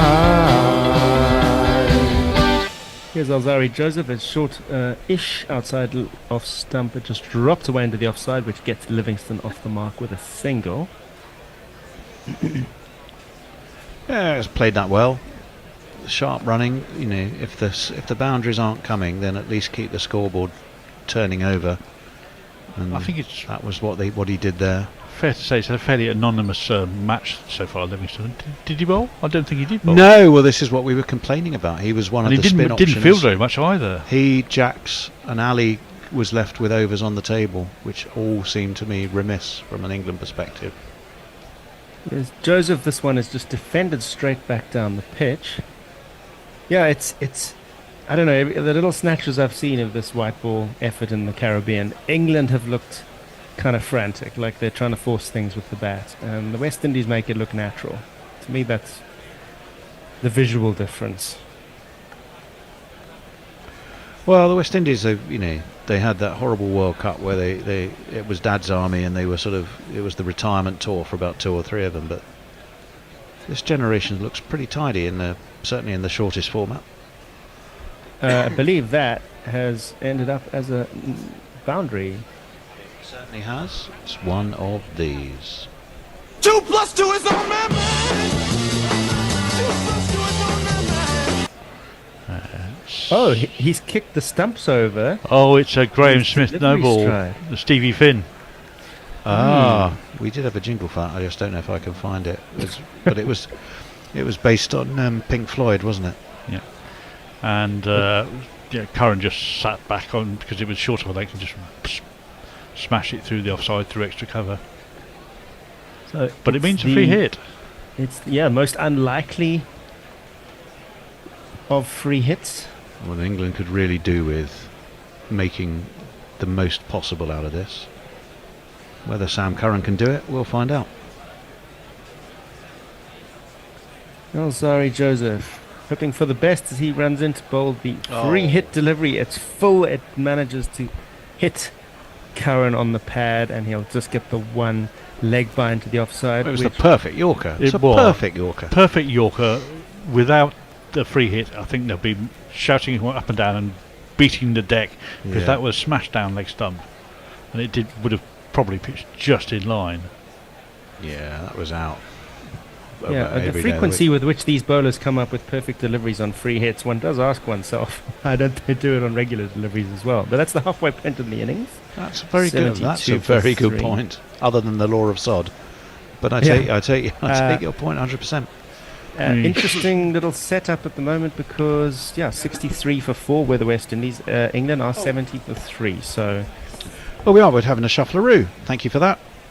The bear is looming large.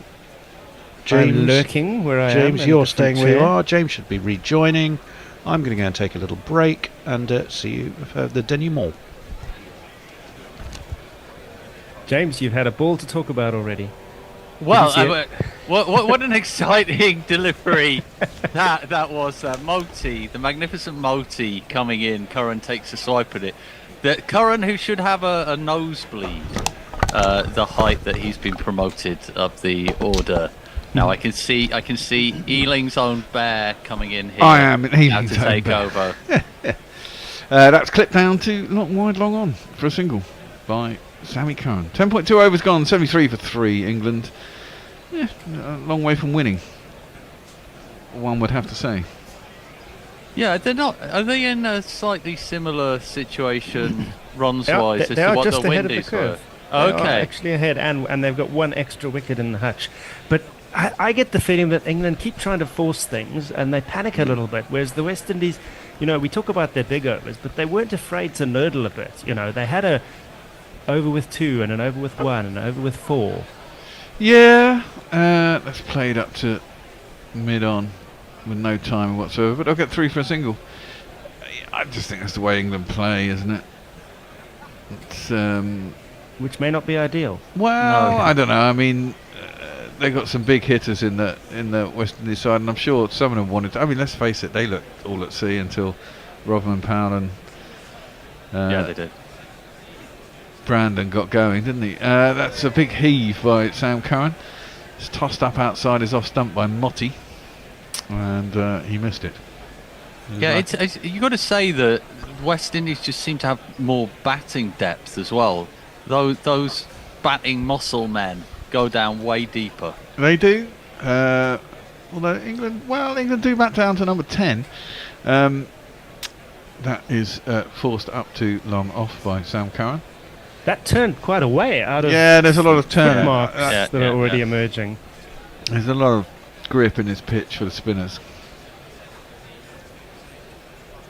And he's basically got to finish hard, hasn't he? I mean, Livingston's a finisher, supposedly. Yeah. He could certainly do, there's people capable in this side. If that's forced back to the bowler and there's no run. They've got to get these middle overs right and make sure they're there at the end to have that finish. That is the question mark, I think, for this England reply. Do you want to dip into the world of socials? We've got some activity for a change here. Over on YouTube, we've got a suggestion from Dara Azizi that every team would love to play England on a weekly basis with the Luton Town of international cricket. Does that mean England are good at tests again? It comes to the question. Brian in Brisbane, evening. England doing a fine job of stuffing this match, and Dara comes in again with the Windies are stronger in every department. Yeah, England do look a little bit all at sea with their white ball cricket currently. But that is the England way. They can't be good at all formats, and not many countries have managed that. The Australians, of course, at their peak, they were just dominant at everything. But England seems to be full beans on red or white, but never both. Yeah, it's true. That's pulled by Sammy Curran out towards Cow, and there's no run. Of course, it can all click. I mean, this is the thing, isn't it? And it's all about players being in form at the right time generally for competition. I mean, I'm not really that bothered about a bilateral series. I'd like to see them do better, but if they lose, they lose. It's when it comes to a competition. And it was patently obvious that England were massively out of sorts in the World Cup, whereas, South Africa clicked. I think everyone thought South Africa would be one of the teams to struggle. There was potential there, but didn't expect them to be able to bowl against spin. They couldn't really bat against spin. Pulled nicely by Sammy Curran out to the mid-wicket boundary. He'll get himself 4 runs.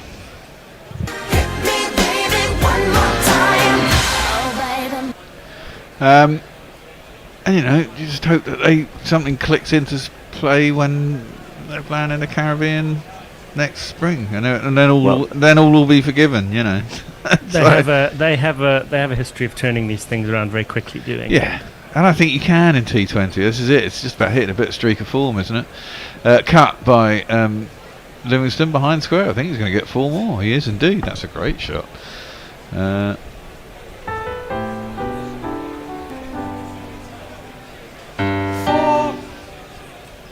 And a T20 only requires 1 man to get innings. Did I hear that Sky got 100 today in the South Africa India one? Which exactly 100. Which means what? India got 200 and something. They got a shade over it, if I remember. 201 for 7. Yeah. There you go. So the rest of the team really didn't do a lot, and Sky got 100. I mean, and that can win you a T20 quite handily, isn't it? Like that. That has been picked up and deposited in the crowd. This is a big over. 6 runs to our man Livingston. Smack it in the air. Smack it in the air. Legs moving side to side. Smack it in the air. Smack it in the air. Smaximum. My wife, Classic, is calling me right now. Well, can I be the optimist in the room here? Because bearing in mind we're slightly ahead of the rate here. What we know from the West Indies innings is that 2 big overs, 1 mega big over and 1 quite big over, pushed them up, leaped them up the scoreboard. Now, so this over so far, we've got 15 from it with two deliveries to go. If England can burgle, say, 2 more big overs from here, suddenly this can turn around quite quickly. And because they've promoted Curran, we've got Brooks still to come in, we've got Moen still to come in, so there are hitters, and this is why Livingston is supposedly in the side, the luckiest man in the world. Show us what you've got now, Livy. Well, yeah, I mean, this is it. We all know he's capable of it. It's a question of doing it, isn't it? He's another one who doesn't do enough. That was driven up to mid-off, and there's no run. He's another one who shows glimpses of potential, much like Phil Salt, much like a few other players who hit big shots but don't seem to string. And you don't see them have series where they have a really good series and they get good, 4 out of 5 good scores or 3 out of 5 good scores and a couple of mediocre ones. Yeah, but when he played against Ireland and scored his century higher up the order over the summer, he made a big deal about, well, it's actually nice to be given more balls to face for once. And this is the situation he's in now, so there's no excuse. Exactly. Curran is now in on the act. He's just stood and delivered. He's planted that over long on. Suddenly things are on the up for England. Nice.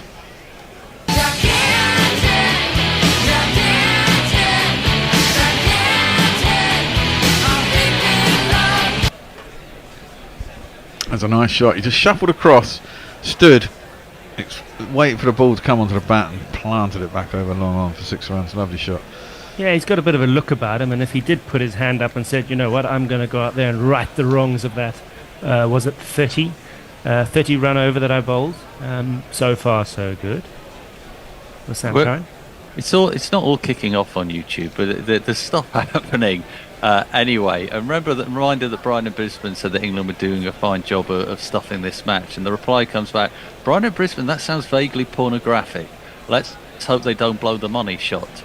And then in reference to the Sky score, it gets even better when you consider that Jaiswal also made a 60 in that match. Well, there you go. 2 players got 160 and everyone else got 40. Why is England's worm purple on the graphic? I think it was West Indies wear purple. I don't know. I think it's actually supposed to be red, isn't it? But down the track comes Livingston. Now, has he got that gone up? Or has it gone long? I don't know. No, it's not gone long. And it's been caught. And there you go. He's given it away. Livingston, 17 off 8. And then he's come down the track, not gone to the pitch of 1 by Motti. And skied it up in the air. I think that was it the big man, Jason Holder, came in, I think, from mid-off? He just didn't get to the pitch and got it right on the end of the toe. You could see he got turned around. and it's just gone up not long enough, and it's not. No, it's not. Is it Carmel? I can't see who it is. Can't make out. It's either Carmel or maybe it's Rodman Powell. We'll see in a minute. It's Rodman Powell. Yeah. If it was Powell, then that's a second fine catch for him. Yeah, in this innings. it was a good catch, and we have to say goodbye, for fuck's sake, to Livingston.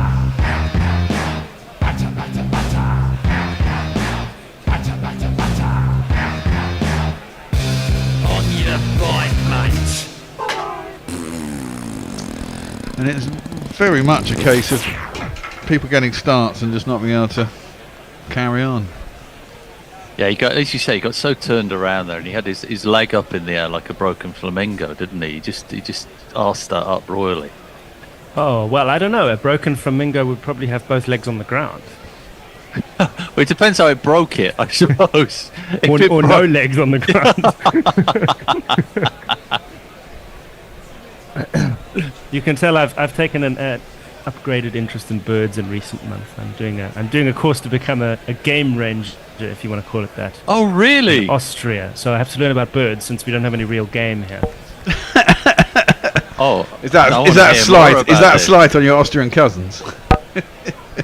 With pleasure. Yeah. That's a pretty horrible shot by Harry Brook as he slides his bat across it and he goes out towards the mid-off. He'll get himself a single. What else do you have to do then? That sounds fascinating. Well, I say ranger, but it is basically being a tour guide in the local national park. And the biggest mammal is probably a raccoon, and even that you won't get to see. And so, heavy focus on our feathered friends, and got to tell lots of stories about what makes them interesting and fascinating. Nah. Not a lot is my bet.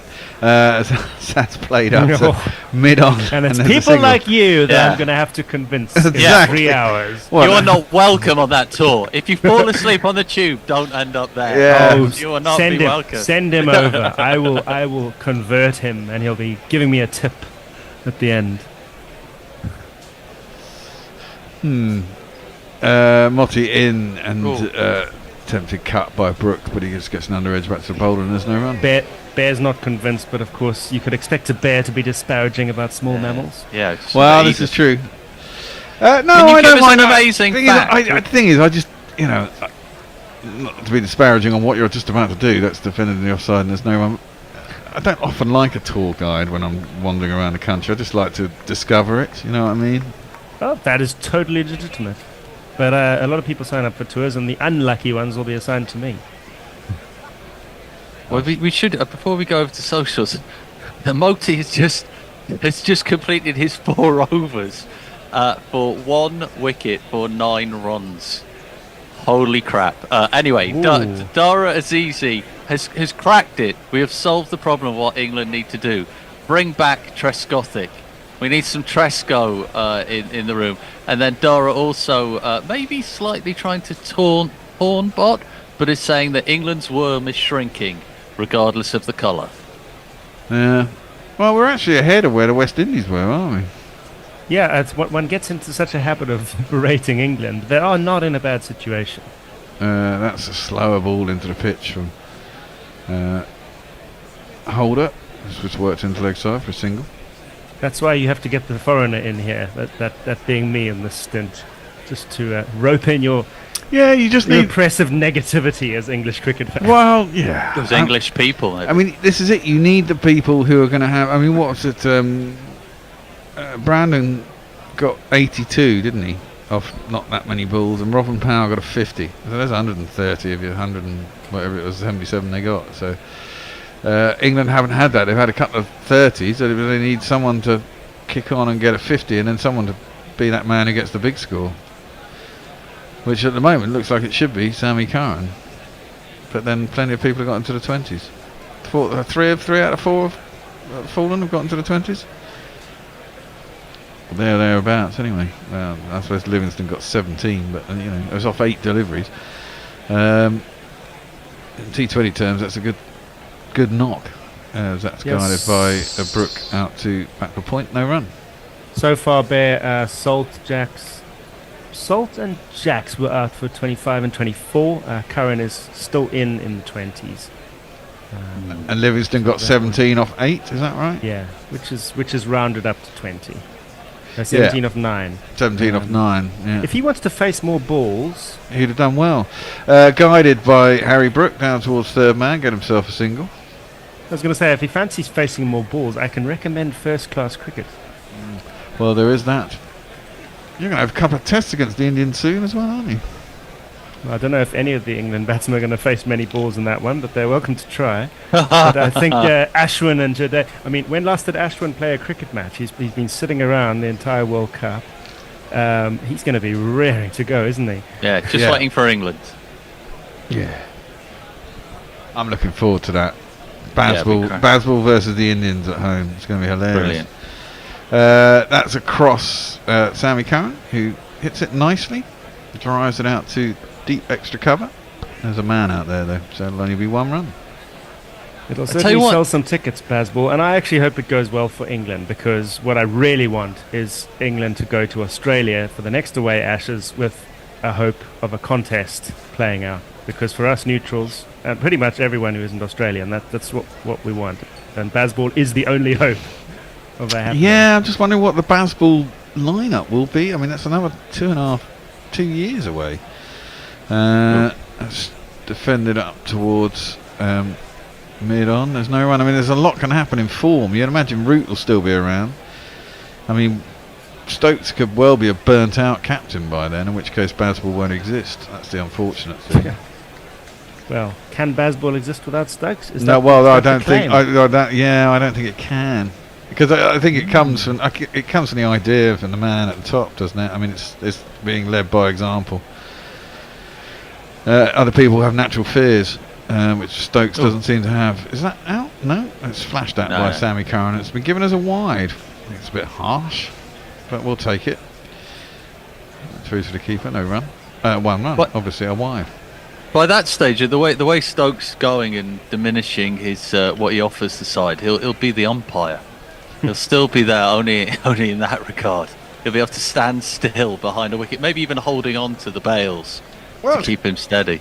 Is he going to be out of bowl again? I mean, what is this operation what is it going to have done to him? You know, is he going to be a changed man with better movement? I mean, he's not that old. It's driven up to long off and there's no run.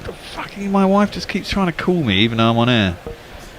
No, it's my daughter. Maybe she wants to make a comment. Hold on a minute. You two chat. I'm just going to talk to my daughter. I don't understand these wives. Sorry, I'm on air. Getting on. No, it's not. For me, it would normally be my mum. I'd be in the middle of something really important, and my mum would call, and then just keep calling, and eventually I'd have to. I'm in the middle of. Oh, I'm so sorry. Yeah, exactly. Anyway, on YouTube, we have Leah asking a question for you, Richard. You don't even have, I'm going to pronounce this incorrectly, Volpetingers or Wolpetingers in your national park? And then, do we know what they are? And then even allowing for pronunciation, I don't think we have that, because I haven't heard of it. Well, Dara is selecting an entire new England cricket team here, and he's suggesting that Darren Stevens is available. The Methuselah of the county game. Well, yeah. Well, Akil Shane's back into the attack. He bowls it wide, very wide, and Sammy Curran cuts it out to the man at point, and there is no run. One run. This is Akil Hussein's last over as well, so they have to go back to the paceman off this. They got rid of Motti's gone. And Hussein's on his last over, so there's just the pacemen left after this. 6 overs, 5 overs of pace left to come. Interesting. Yeah, but with pace off, though, I guess, all the way. Well, yeah.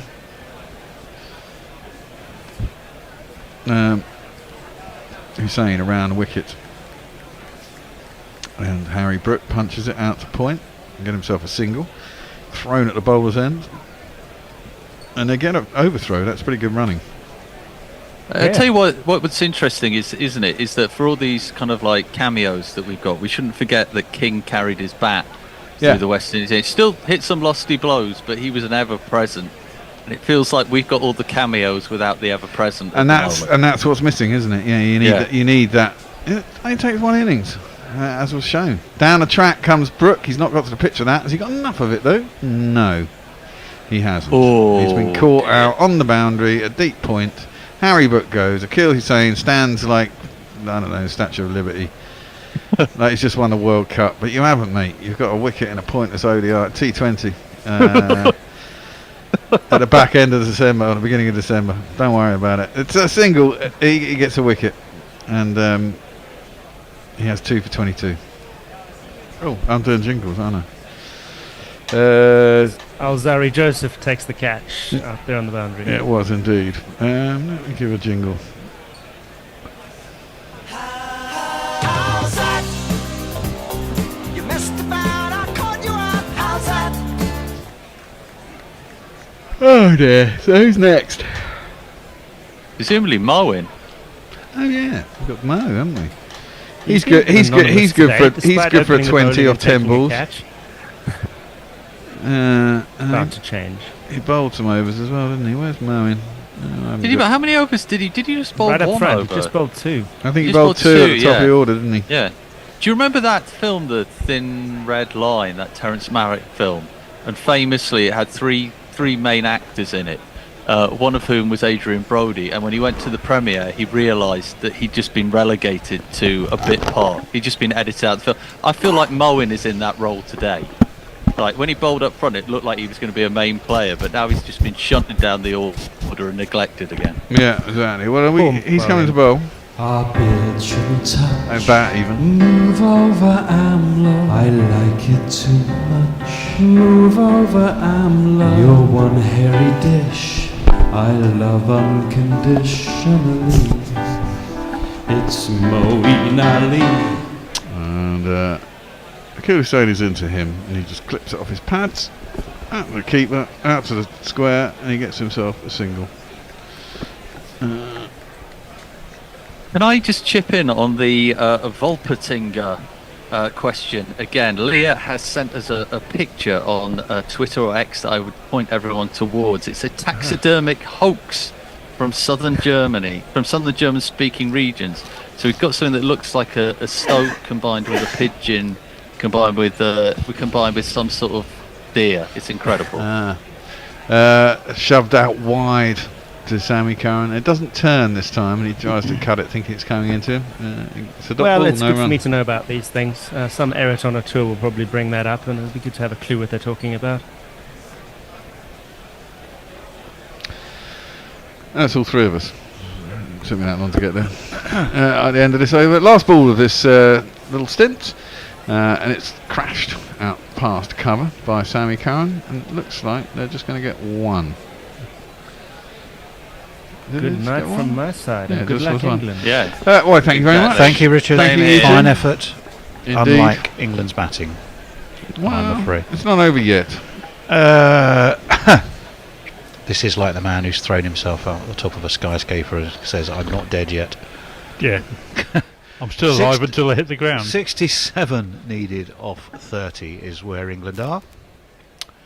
And you look at that scorecard, and you look at King's 82 off 52, you look at Powell with his 50 off 28, particularly that belligerent, absolute buster of an over, where he took 30 off Sam Curran. England have, it's just been bits and pieces. I heard the word cameos. Yeah. That's been the problem. That, and you look at the absolutely brilliant way and tight way that Hussain and Motti have both bowled. Motti 9 overs, 9 runs off his 4. And you look at the fact that England chose not to play their spinners. The West Indies pace bowlers have been accurate. Their slower balls have been brilliantly directed.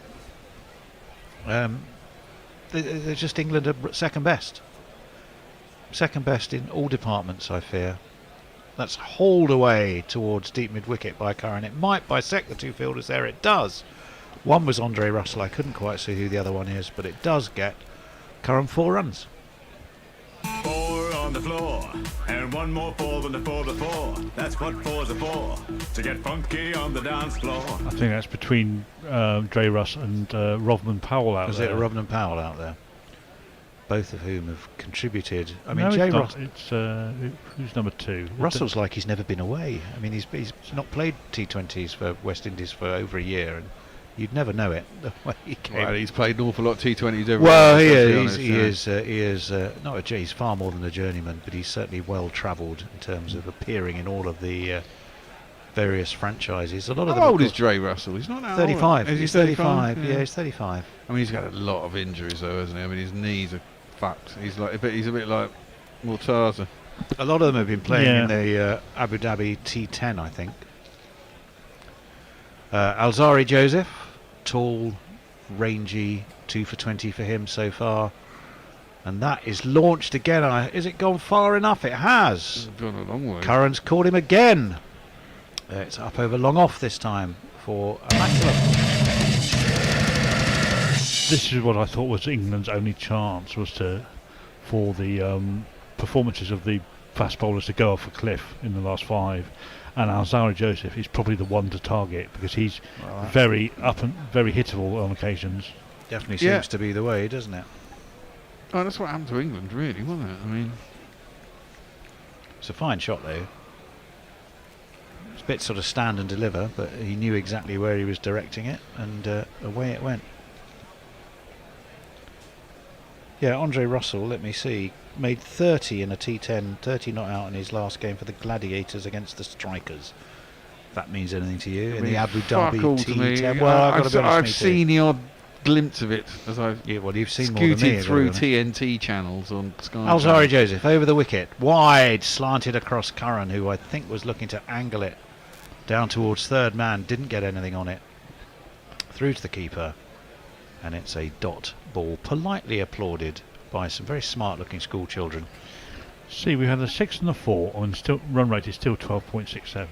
Yes, well, we need a huge over. They had the horsepower, the West Indies, to create that. I'm not sure England do. Sam Curran, I'll give it a go though. He's certainly not going to hide from the fact he's having a struggle at the moment. That one beats his outside edge as well. Well, he's not done that bad. That's actually. another dot ball. He's got 37 off 26, which isn't too bad. I think they've worked out that the way to bowl to him is to bowl across him, get the ball rising outside off stump, and then his lack of footwork, because he plants himself to smash it down the ground, means he can't catch up with the ball. No, well, Nicholas Pooran, he's been tidy behind the stumps there. I hadn't appreciated quite how bad the car accident he had was in the early stages of his career. He's lucky to play any lucky kind to be of sport alive again. Yeah, probably some inspiration for Rishabh Pant, I would imagine. That is launched high. Has he got all of it too? Converged. It drops between them. I think Sammy Curran was aiming it over cover. Outside edge down towards third man. Backward point and third man both converged. Neither could quite get there. It landed in the perfect spot where no one was. Well, it did. It landed in the perfect spot. The perfect spot where no one was. And it'll get him 2. I thought it was going to go for 6 for a minute. Yeah, that would have been. You know what? I think number 64 could have had a decent effort at that if he'd be waved off the other guy. Yeah, possibly. He's only about a yard away from him. But it is a hard catch. 11 off this over so far. 5 balls gone. What do they actually need? They need over 12, don't they now? Yeah, 12 point. So a boundary off there. They need 13 and a half. So they need at least another boundary here, and it's beaten the outside edge of Moeen Ali, who has a swing and a miss. It goes through to Nicholas Pooran, and it closes the over with a dot ball. Jason. Mogstairs talking about Volpatinga. Oh, we have these all over Western Victorian Sea, Eastern South Australia, introduced by German settlers early last century. Oh, there you go. Those taxidermic fakes. What are they? Oh, those. Is that the picture? That is the picture, yes. A flying fox, is it? Like a flying fox? Well, it's a portmanteau of a fox, an eagle, and something else, I think. Or something that has horns. Yeah, a deer. A deer of well, some actually, kind. it looks like an eland from the horns. Oh, a bow to your superior knowledge of types of deer. Looks like we're going to see a bit of Dre Russ with his white Mohican.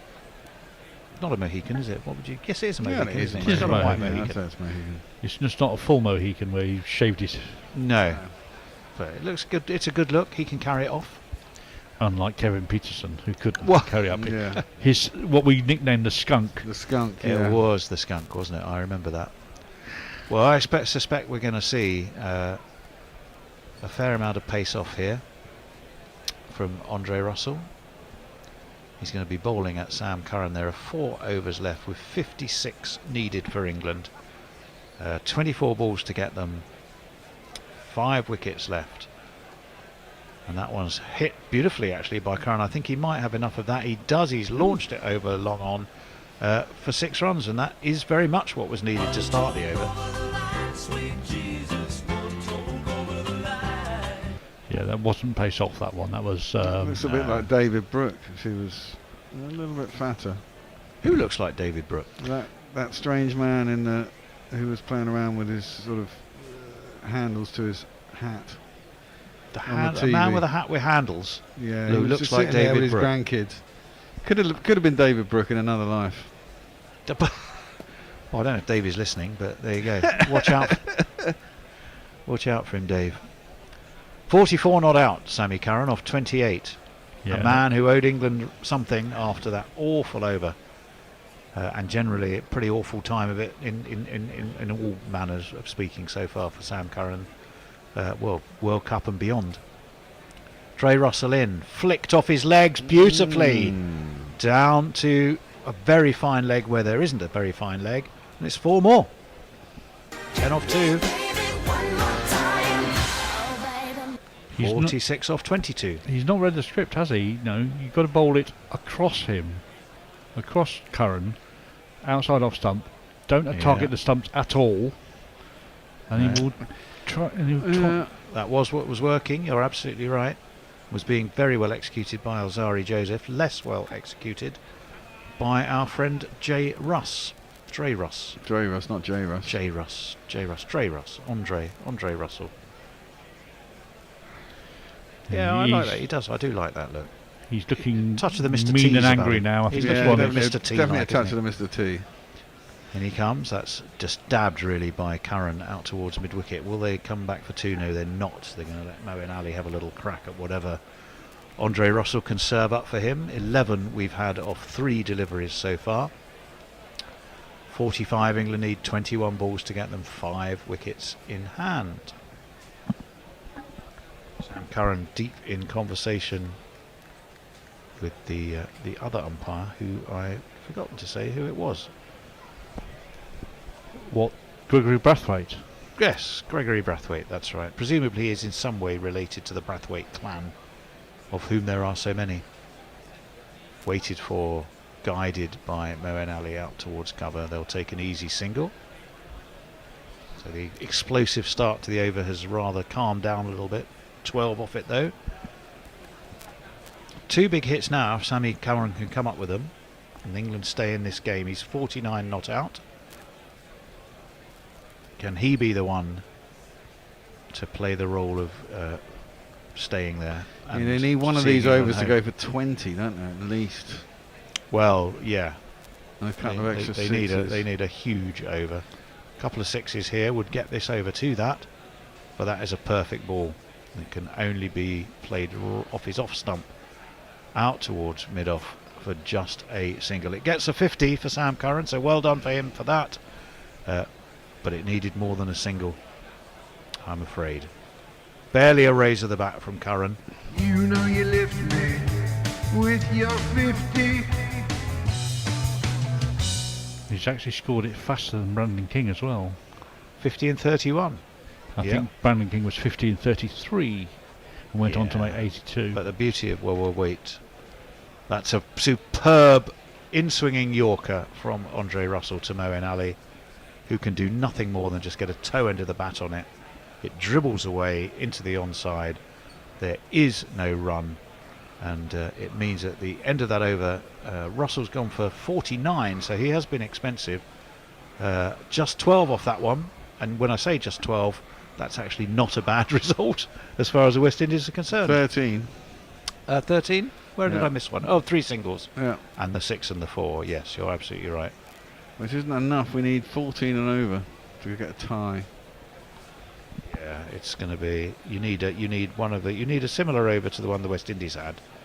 Somewhere out of somewhere, they're going to just have to launch and be fearless. And you can't wait in T20. It's not like you can go. No. Give me a bit of time, I'll get there. Yeah. If you're going to go, you got to go now, as they say. What's the phrase? Do it scared. What? Do it scared? Yeah. Because Feel the fear and do it anyway. Yes, that's what they say. Alzari Joseph. He's going to be bowling his final over. He's over the wicket to Sammy Curran, who has hit this, but has he hit it far enough? No, he hasn't. He's hit it straight down the throat of deep extra cover. It's Akil Hussain, It was isn't it? Akil, who's had a fantastic game, and he's now got a key wicket by the catch off the bowling of Joseph. Just fuck off! Another one bites the dust. I think that is going to be out, Fred. Another one bites the dust. And Sam Curran's brave effort to try and right the wrongs of his bowling efforts. Well, you could argue he's come close to doing it. On the other hand, has he reached parity? No cigar. He bowled 4 overs. How many does his 4 overs go? So it's 24 balls went for. That's a very good question. 40, 50. I shall tell you that. His 4 overs went for. He only bowled 2 overs. Oh. And they went for 38. So his 12 balls went for 38, and he's hit 30 balls for 50. So is he still in deficit from my mind? He is still in deficit. It really means England now just need someone to absolutely launch the sort of assault. I'm trying to think.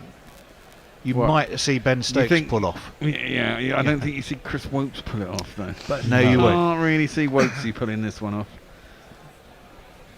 I think Wokesy pulls it off. Can't we just declare now? There's or something? a title of a play there. Oh, I was thinking of Daisy pulls it off, wasn't I? Daisy pulls who off? No, it wasn't a person. It was a play called Daisy Pulls It Off. Whether it was a double entendre intentionally or not, I don't know. Farce, wasn't it? Yeah, was it Ray Cooney? Alan Ayckbourn, I thought maybe. Might be Alan Ayckbourn. Sort of in the 50s. A bit later than that, but yeah, it might have been. Maybe it was just a remake, the one I saw. Joseph is in to Wokes, who, in the manner of a man who's just appeared for a test match, with a few runs still needed, just guides it out towards. Is Bryden Cast in the middle. T20 squad? No. He's been given time off for average behaviour. Gus Atkinson is, isn't he? Tom Hartley? Tom Hartley is. Is he? Yes, he Matthew is. Potts? Potts, I don't think so, but he's going. John Turner is. Josh Tongue? No. Injured. Ollie Pope? No. It's very good of you to do this, but at the moment I'm not sure we're doing any more after tonight, but it's very good of you to try. Moeen Ali has launched that away very nicely. That was a very, very fine shot indeed. Away through extra cover for 4 runs. Hold on. Okay. There's not one boy for me, I must have 2 or 3, I need 4. I think the telling point in this match is that no one stood there with Curran to support him in this. No. There were 2 beginnings for West Indies. 80 and 50 in England. Well, this has been the story of England's, well, frankly, since the beginning of the World Cup. Joseph, he's done it again, Moeen Ali, I think. Has he got enough? You bet he has. That's 10 off 2 for him. Ooh. Similar place, up over cover. 32 needed from 14 now. 5 sixes and a 2. Well, easy as that, Bear. Yeah, don't need the last over. It'll all be fine. They always say the 19th over is the one to go big in. It'll be something. I'm not even daring to dream. It went out towards that enormous inflatable beer bottle. I assume it's inflatable. Yeah, it's filled with beer. You could do with one of those, Bear. Can you imagine having one of those in there? It would literally be. Even you would struggle to get halfway down it during the course of a T20. There's an awful lot of beer. You'd give it a go, though. Big. You would give it a go. Not these days. Joseph, in he comes. Slightly held it up. Moeen Ali doesn't get as much as he wanted onto that. Muscles it, but short cover really, and just gets a single. Means that over's gone for 10, 11, 12, am I right? And 12's not enough. 31 needed from 13, so we've got... Oh, we're not finished the over yet. So maybe you've still got a chance to turn this into a slightly bigger over. But it's going to have to be Chris Wokes, the cricketer everyone says they'd like to take home to meet their mum. But he needs to be a bit less nice and a bit nasty, and to really attempt to launch this ball from Alzari Joseph, which is short, and all Wokesy can do is dab it to backward point, and it's a dot ball. Means Moen will be on strike for the next ball of the over. It's 146 for 6. There are 2 overs left, from which England will need to score 31 runs. Very quiet on socials over here. All quiet on the social front. Oh, did you need me to look at YouTube yes, for you? please. I will do that very thing. I can hopefully tell you what's going on there. What is going on? Let's have a look. I've got pop at me. do that. What is occurring? Brian in Brisbane says, why is this match pointless bet? Don't the performances here count towards the players' career figures? Yeah, and the potential Well, they certainly do. IPL. Yeah, the players still get paid and hope for more. Yeah, true, but it just doesn't excite me, Brian. That's the point. It's not pointless. They're professional cricketers, and that's all well and good. It's just it's a T20, and in the big scheme of things, It's like London buses. Yeah, exactly. Well, about which you are, of course, something of an expert, Jason. Exactly. Yeah. Every day for you is like London Well, not buses. every day because I work mostly from home. Oh, Jason Holder has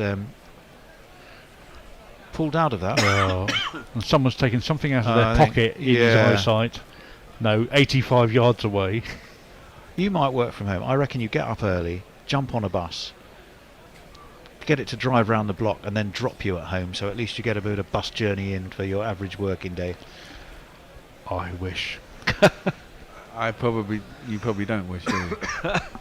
Well, I don't fancy the bus drive here to get here. For Round the wicket 9 comes o'clock. Holder to the left-handed Moen Ali, who slaps this one bounce towards long off, and they will just get a single. And Chris Wokes, Moen Ali shaking his head angrily. It was a fine ball by Holder. No, the 8:30 a.m. starts for the World Cup were a right pain trying to get here in rush hour Yeah. traffic with the kids going to school. It was a nightmare. We do appreciate that. None for 25 for Jason Holder. It's not so much the none that bothers There's not many him. people that can make Rovman Powell look small. No, he's a tall man, is Jason Holder. Tall man with a tiny head, as we were saying earlier. But I think that's only in sort of proportion that his head appears tiny. I'm sure his head is a particularly normal size. Yeah.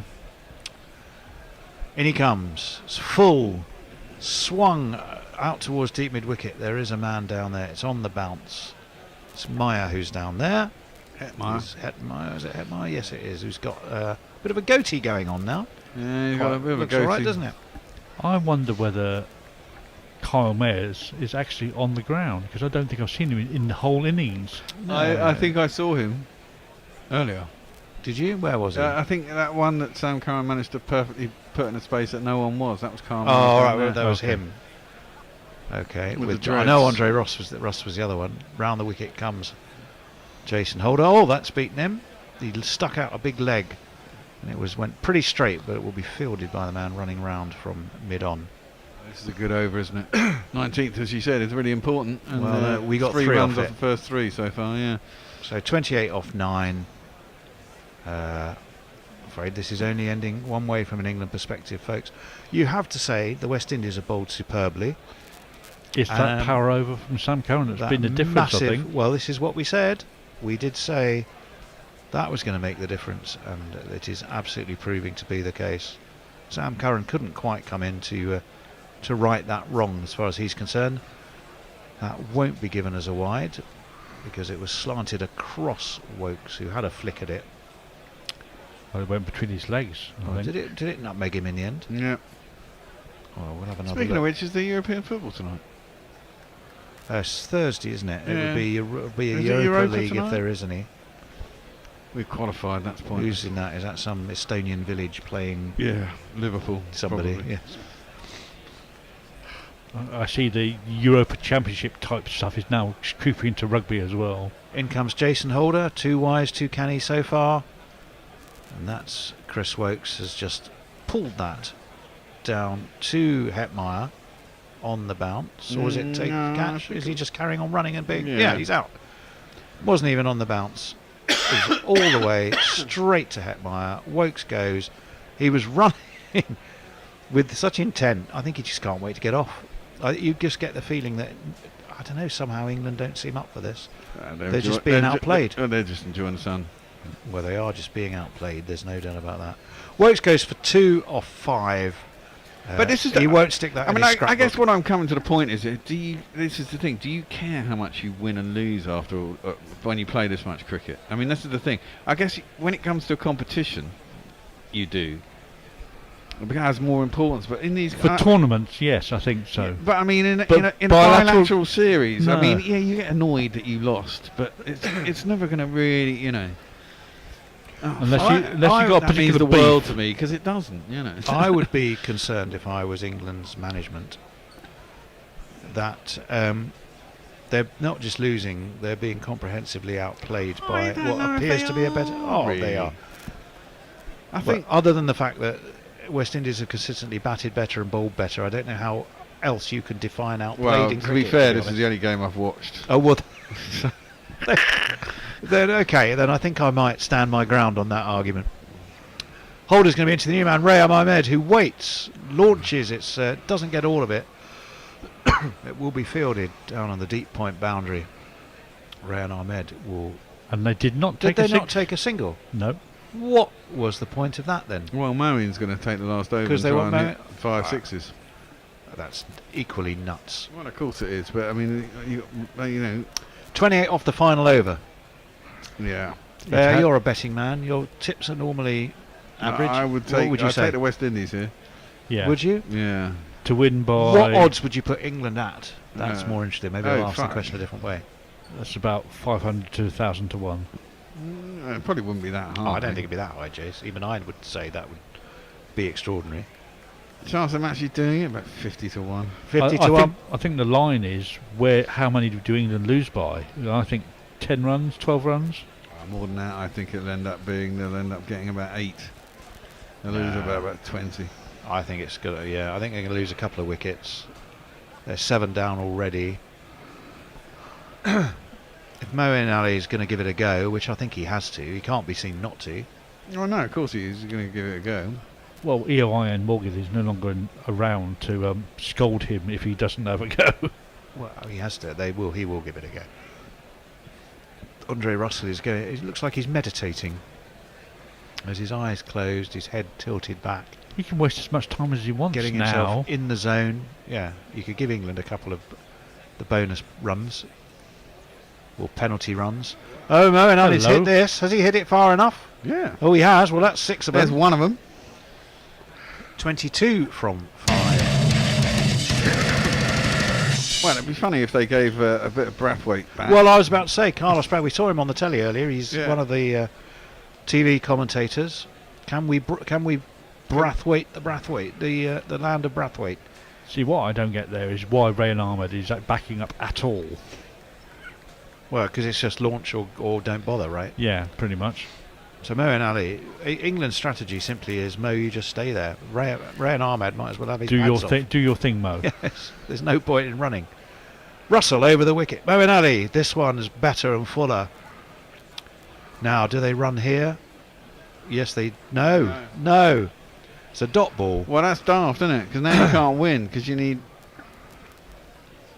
4 3 sixes. Oh no, you can't. They need 22 off 4. 3 sixes and a 6 4 to fours, tie. a Oh, to 24. win, sorry. So everyone's got to go for 6. And then they win. 6 fours are 24. They win by 2 runs. Did we get anyone into the GPL? Oh, well, we didn't really mention it much. I No. think just once. But I'm so sure Andre Nueva probably entered, didn't he? Any money? No, he didn't. Okay. if this doesn't go for 6, West Indies win. It's a swing and a miss by Moeen Ali. It's through to That's Nicholas it, done. Moran. Need a no ball.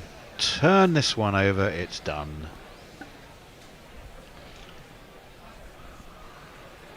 Well, he had another swing. good ball by Andre Russell. Yeah, nice little cutter. It was a cutter, and it was just too good for Moeen Ali, Well, it who was a was big- looking to His head was in the air. He was giving it a big wahoo. fire it down the fairway. Yeah. Who was a golfer who just hit massive? Well, they all do now, don't they? Daly. Somebody. John Daly, but he John had a Daly. massive head on his driver. He did. He was also a big fat fuck.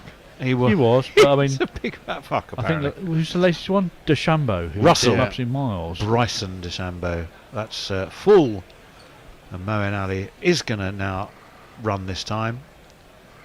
Now that the game is lost, Now that the game's done and dusted, they'll it's take a Reading to single. protection time. Rayan Ahmed faced just one ball so far. He's going to die on his sword. What's he going to do? Is it worth dying on your sword? He's young and he's fearless. He might as well. 21 off 2. He's still having a look Yeah. round. The West Indies know they've got this game in the bag. Yeah, I can hit it for 12 off this ball. But I'd give it a go, Rayan. He doesn't. He They're strikes gonna- me as you a know sort what? of They lad who'd are never going to give up. manage to get this game done in 3.5 hours. Yeah, what we I want. know. Some of us have got an The early bowling has start been to very comment on the quick in women's the game second tomorrow. innings. In comes Andre Russell. Rayan Ahmed. What's he done? He's not really gone where he wanted it to go, but he's got six for it. Over backward point. Well done, Rayan, lad. That's how you do it, Mo. Backward point down at third man, I think. More than a backward point. Yeah, let's have a look. He was aiming. I'm not quite sure where he was aiming because his head was up in the air. Fielded by a policeman. But that's a very much an Adil Rashid. Hits it into odd corners of the Well, the without ground. seeming to know where he was, it's certainly not where he was aiming, but I don't think he knew where he was aiming. Final baller it should be. Real Madrid, down he comes, smash! It's going to get him 4, yes it is. It means England end up losing by 15, which is half a curve 11. over. They got 10 off. Oh, that. 10 runs, I beg your pardon. 11, yeah, 10. So a game effort, but it never really looked like getting there. England are out for 166 for 7. The West Indies have won by 10. The difference really boils down to one big over, and I still think, chaps, frankly, some weird bowling decisions by England. Yeah. And this is what irritates me with England at the moment is they don't seem to think on their fucking feet. I mean, clearly you had loads and loads of spinners on your side. They weren't able to hit spinners, and then you decide we'll take the spinners off. And we'll put the pacers on who are getting battered around the park. Mog wants to know, what do you actually do in civilian life, Jason? I work for the NHS. He works for the NHS. You're in data, aren't you? I am, yes. You're a data man. Dara's easy. Liverpool lost 2-1. Who cares? Oh, there you go. Excellent. Spoken like We a true topped the group already, so it doesn't tap really him matter. and he's solid plastic. Ian H. Think I've already forgotten this game before it's even finished. I think we did, and we were commentating on it. Yes. And Leah says, all right, thanks for the call. See you on Saturday. Not sure you will, Leah. No. At the moment, there's just 3 of us available. And one of us is not well. That is me, who's fighting a cold, which would leave one person in the studio who's not all that keen to do it. And we're struggling. Yeah. We've It's been a tricky one. I think the World Cup basically killed us all, didn't it? And there's not massive enthusiasm for this series just because of all the white ball cricket we just did before it, I suppose. Run into Christmas. But it has been disappointing for England, from an England perspective.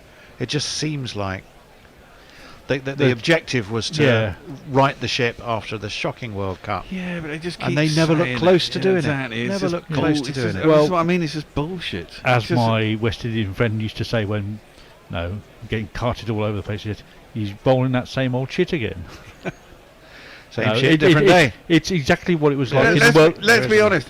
The West Indies for England, strangely, as bad as the West Indies have been for the last 10, 15 years, or They seem to have a plan.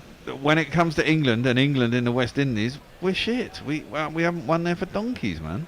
So there's something about the West Indies and England. It's not a happy hunting ground for us. Anyway, I'm going to love you and leave you. It's 176 for 7, the West Indies. The big difference was Brandon King, 82 or 52. A fantastic 50 from Rovman Powell. 1 over from poor old Sammy Curran going for over 30, and their 2 spinners really just strangled England and never let the worm get in the right direction from the off, really. Gutekesh Modi, 9 runs is all he conceded off his 4. 1 wicket, 2 for 24 for Akil Hussain, 1 for 27 for the incredibly accurate Jason Holder, 3 wickets for Alzari Joseph. England came 10 short, but that was a very big 10 because it never looked like it could be a win for them. We will love you and leave you, or at least I'm going to. We'll see you when we tell you we're going to be on the air next. Yes. Bye. Guerrilla cricket. Whoa. Guerrilla cricket. Whoa. Guerrilla. Take guard, man the barricades, patrol the cover boundary. At last the time is come, this is a cricketing emergency. Hear this call to arms for every cricket revolutionary. Take up your bats and stumps for the test match insurgency. At first they tried to silence us, but we would not be silenced.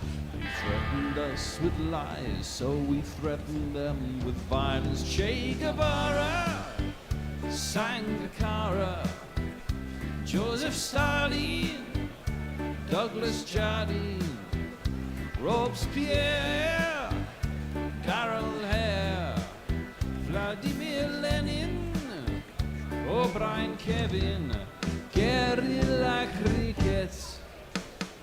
It's not about the winning, it's about how many rules you break. Even in cricket commentary, this is the best advice to take.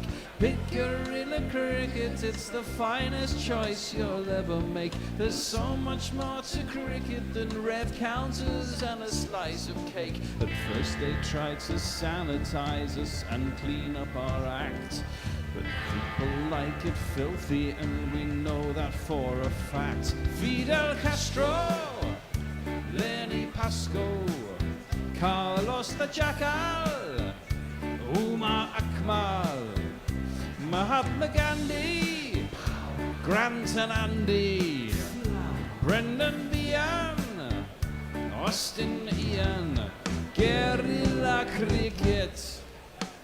Stick with us, cause you know we're not the kind of thing that you see on the TV and the radio. So vive la revolution. First they tried to buy us, but we would not be bought. Okay, we were, but then we ran away, and we will not be caught.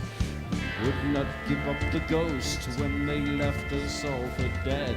They decapitated us, but we just grew another head. Chairman Mao, Jamie Howe, Ho Chi Minh, Asif Din, Václav Havel, Graham Saville, No Surrender, Percy Fender, Che Guevara, Sangakkara.